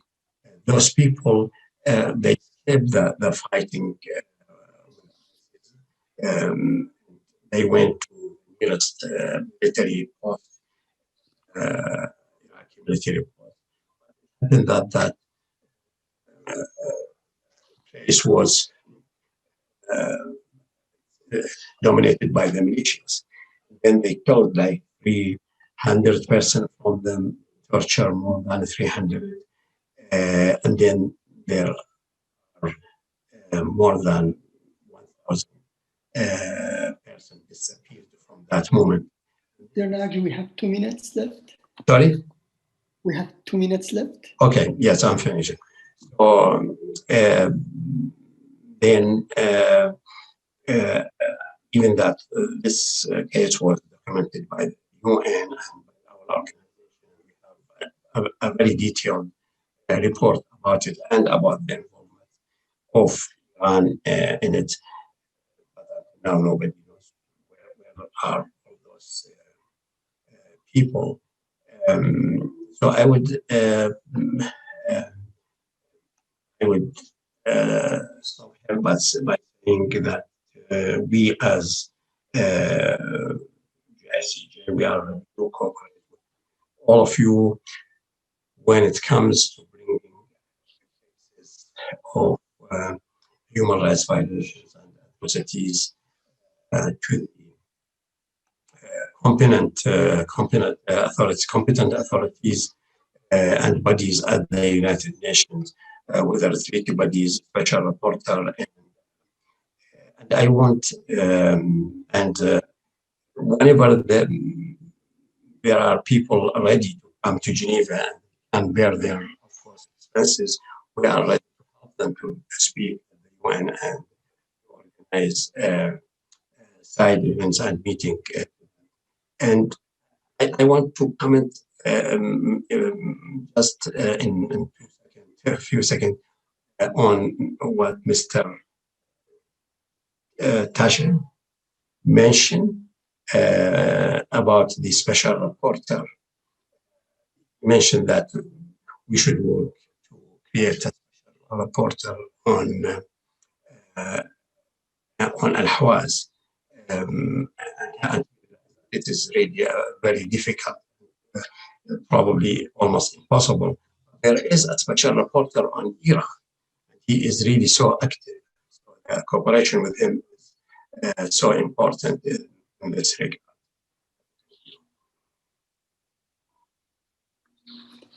Thank you very much, Mr. Naji.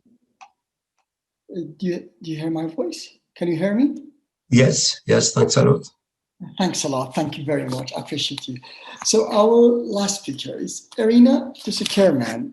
Irina is an American lawyer and analyst and based in the United States, New York. She has written extensively about foreign policy and security issues for a variety of local and international think tanks. Her writing has been translated into Arabic, Farsi, Spanish, French, Portuguese, German, and Indonesian. So go ahead, Irina. Thank you. I'll try to keep it brief. Iran's problem with the Ahwaz has taken on international and global dimensions.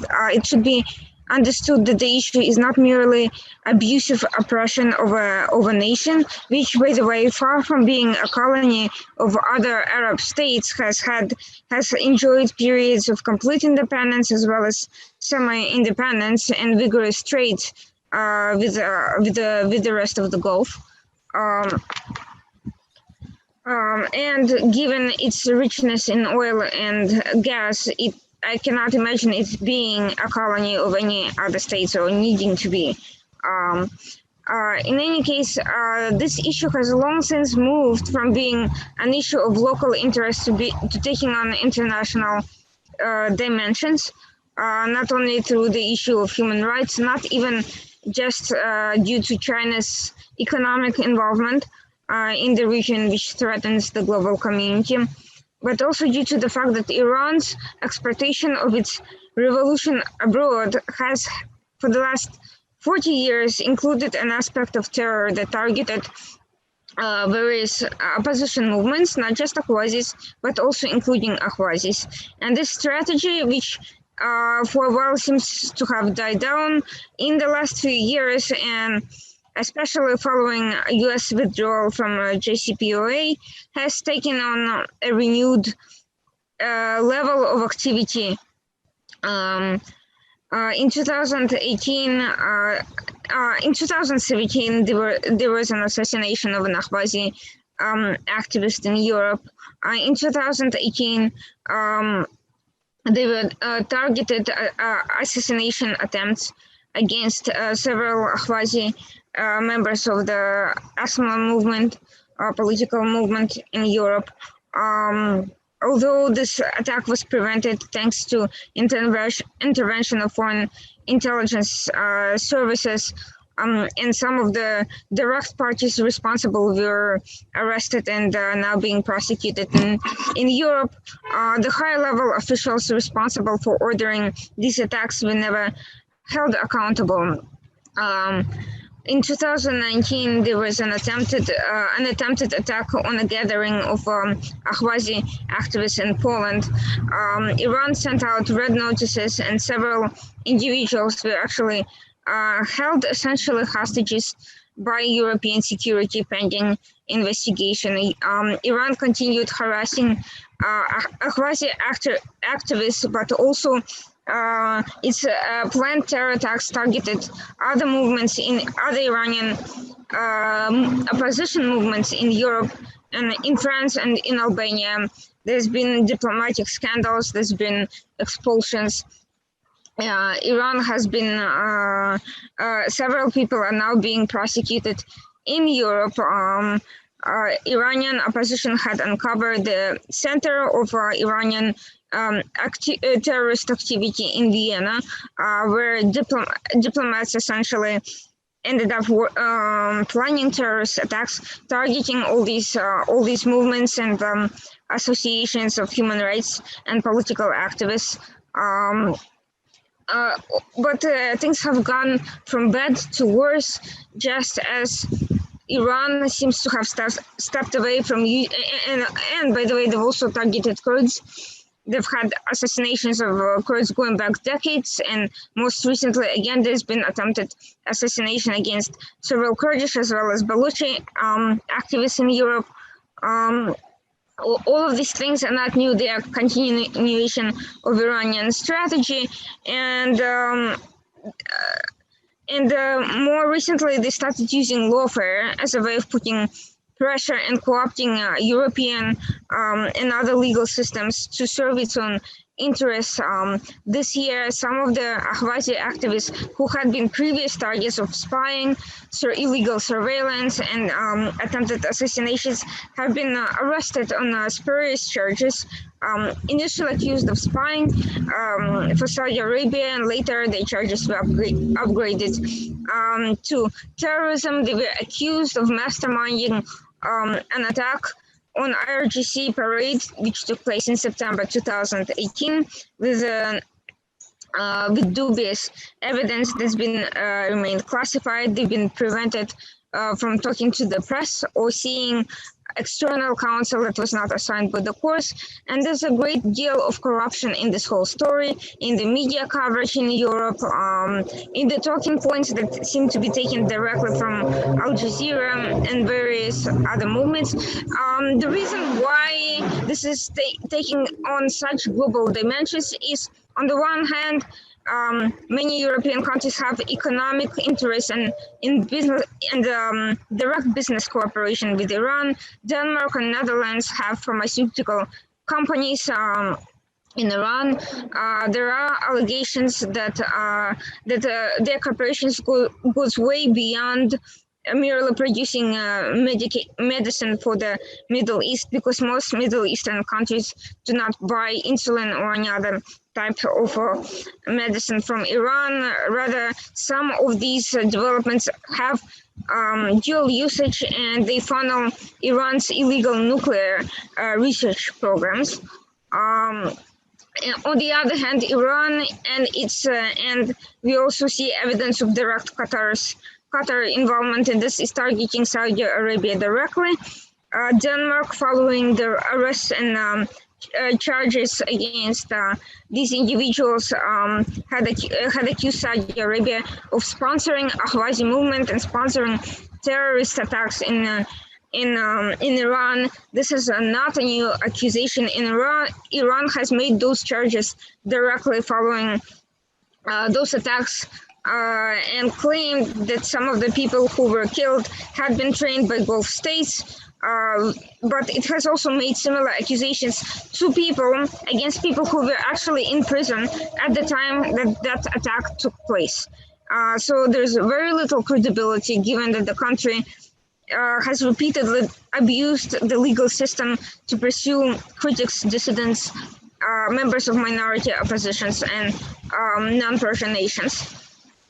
So there is this international effort for Iran and its allies to target its rivals, regional rivals. Saudi Arabia and its reforms present a challenge. The United States and its cooperation with Saudi Arabia and other Gulf states against Iran present a challenge. This offers Iran an opportunity to align with European countries that are not happy with US withdrawal from the JCPOA, to create divisions and to weaken this alliance by accusing some of its members of sponsoring terrorism, and by essentially saying tit for tat, you guys are going to be accusing us of terrorism, we can do the same.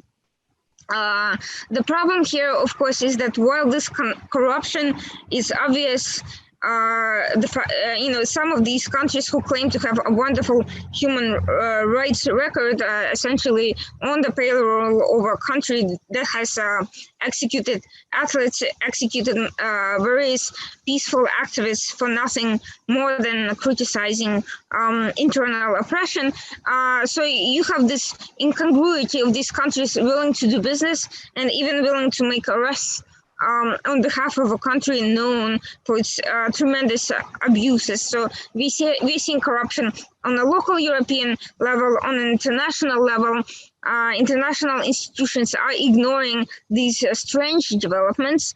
They're not calling out European states that are facilitating Iranian agenda abroad. They certainly appear to be, the UN Human Rights Council seems to be siding with Denmark on anti-Saudi positions in this matter. Ahwazis are being presented as nothing more than a proxy for Saudi Arabia, which is not the case. They have independent goals and independent interests, and certainly would have independent resources. So all of this is quite murky, and all of this has a long-term geopolitical impact on the international community. Iran's vision is not just about having complete totalitarian control over its own populations. It's expansionist. It's aggressively expansionist throughout the Middle East. It's playing a destructive role in South Caucasus right now.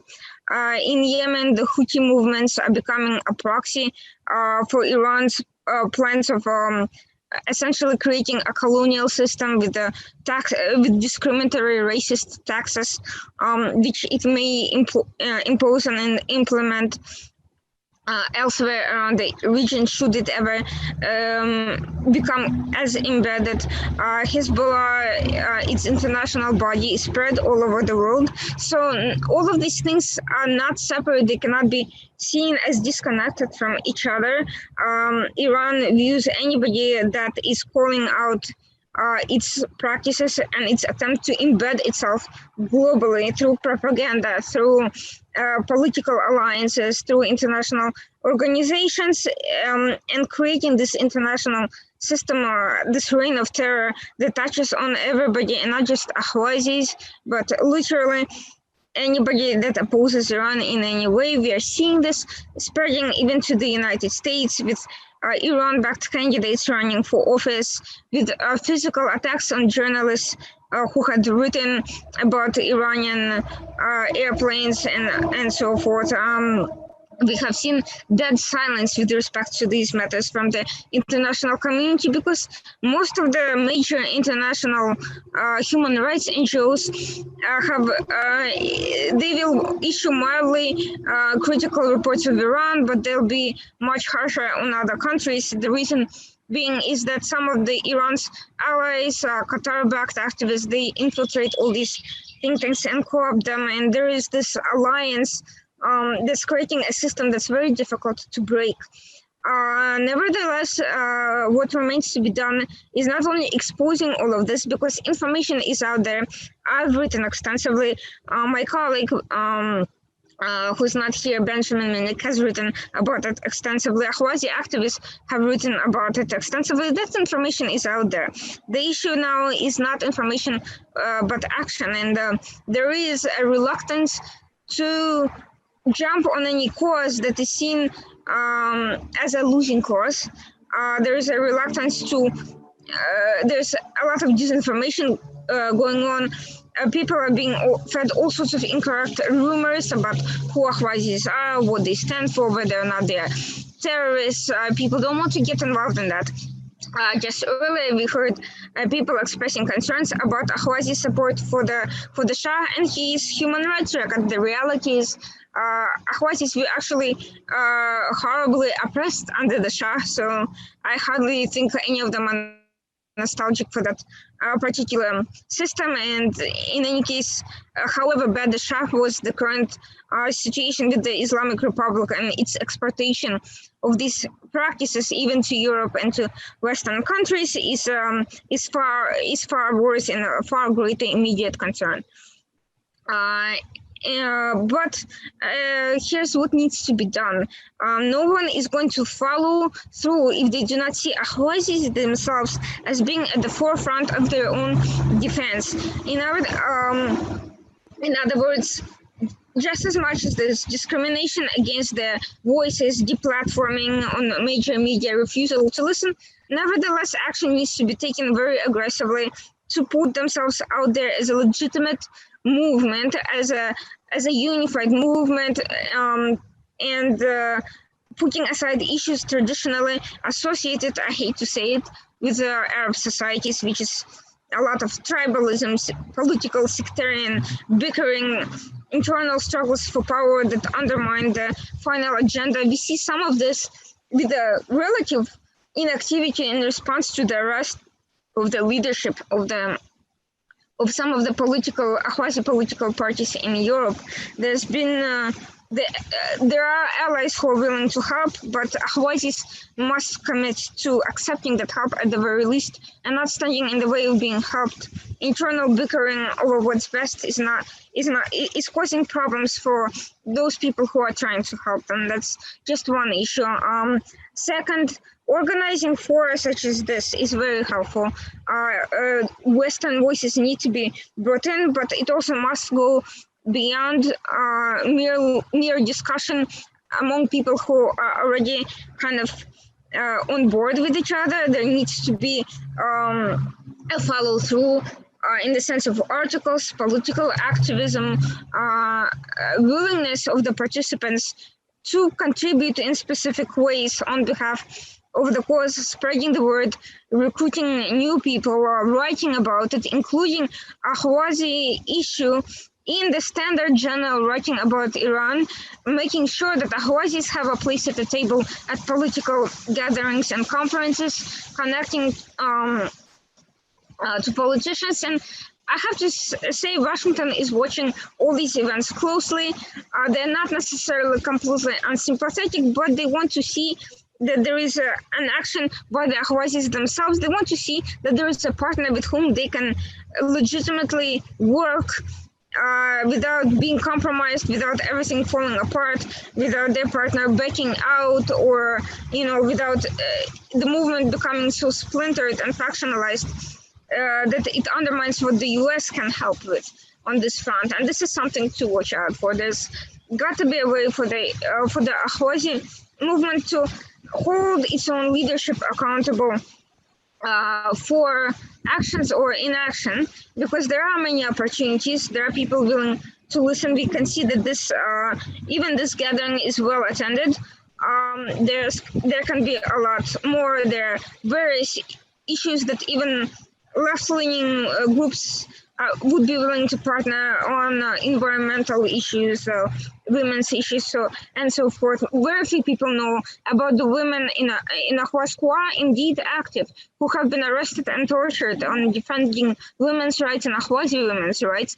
I've written about it, I've spoken about it on the radio, but nevertheless, there's this general perception that it's a male-dominated society where women have no voice. That's not correct, but this information needs to get out more forcefully and through partnerships with specific organizations that are willing to talk. Not everybody is going to be willing. The left-leaning community, we have seen some of them openly siding with Iran, and quite frankly, are being part of the Iranian propaganda machinery. I'm not sure that it is possible to break through those specific voices, but there are many people who may want to be helpful but don't know how to help and can become active. They can form new organizations and can be partners on specific things, even if it's not all of it. So with that said, I think there's a lot of hope. I'll be happy to help in any way that I can, and I look forward to more specific action plan being developed. Thank you very much. Thanks a lot. Thank everyone for your lovely speech. Actually, as I said, the conference title is The Impact of Insecurity on Human Rights in Ahwaz and the Region. So I have some comments to mention, then we will end the conference. My first comment is the continuing failure to resolve the issue of Ahwaz and other non-Persian in Iran is a violation of principles and objectives of the United Nations. The assertion of the principle of the rule of international law and achieving the interests of the international community in peace, security, and stability can only be achieved through the full participation of these peoples, including the Ahwazi people, in deciding the future of Iran and choosing the form of the political system that they deem appropriate to them. The second, the Iranian authorities have no right under any pretext to deny the human rights and fundamental freedom of the Ahwazi people and to deny or continue the other crimes and inhuman practices inflicted for decades on these people.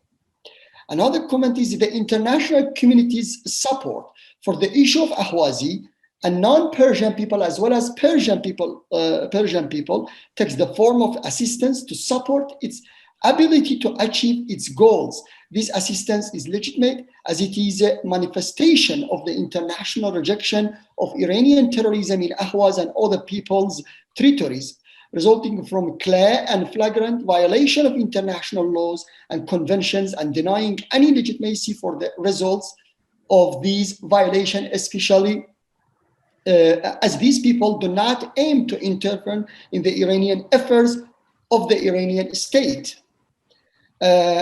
So we call on the international community to intervene legally to resolve the issue of the people and to provide all necessary guarantees to deter the Iranian authorities and prevent them from carrying out acts of violence, persecution, and other ill treatments toward the people's uprising and revolution based on upholding the people's legal right as recognized by the international community. So again, I really thank all of you for your lovely comments. It was very helpful, and I believe it is a very great voice for Ahwazis to be spread in all Western society from Europe to America. So I will end the conference, and I repeat my words again as I thank you all who came from United States as early morning and people who joined from Europe. So thank you, everyone. Have a very good day and all the best to you.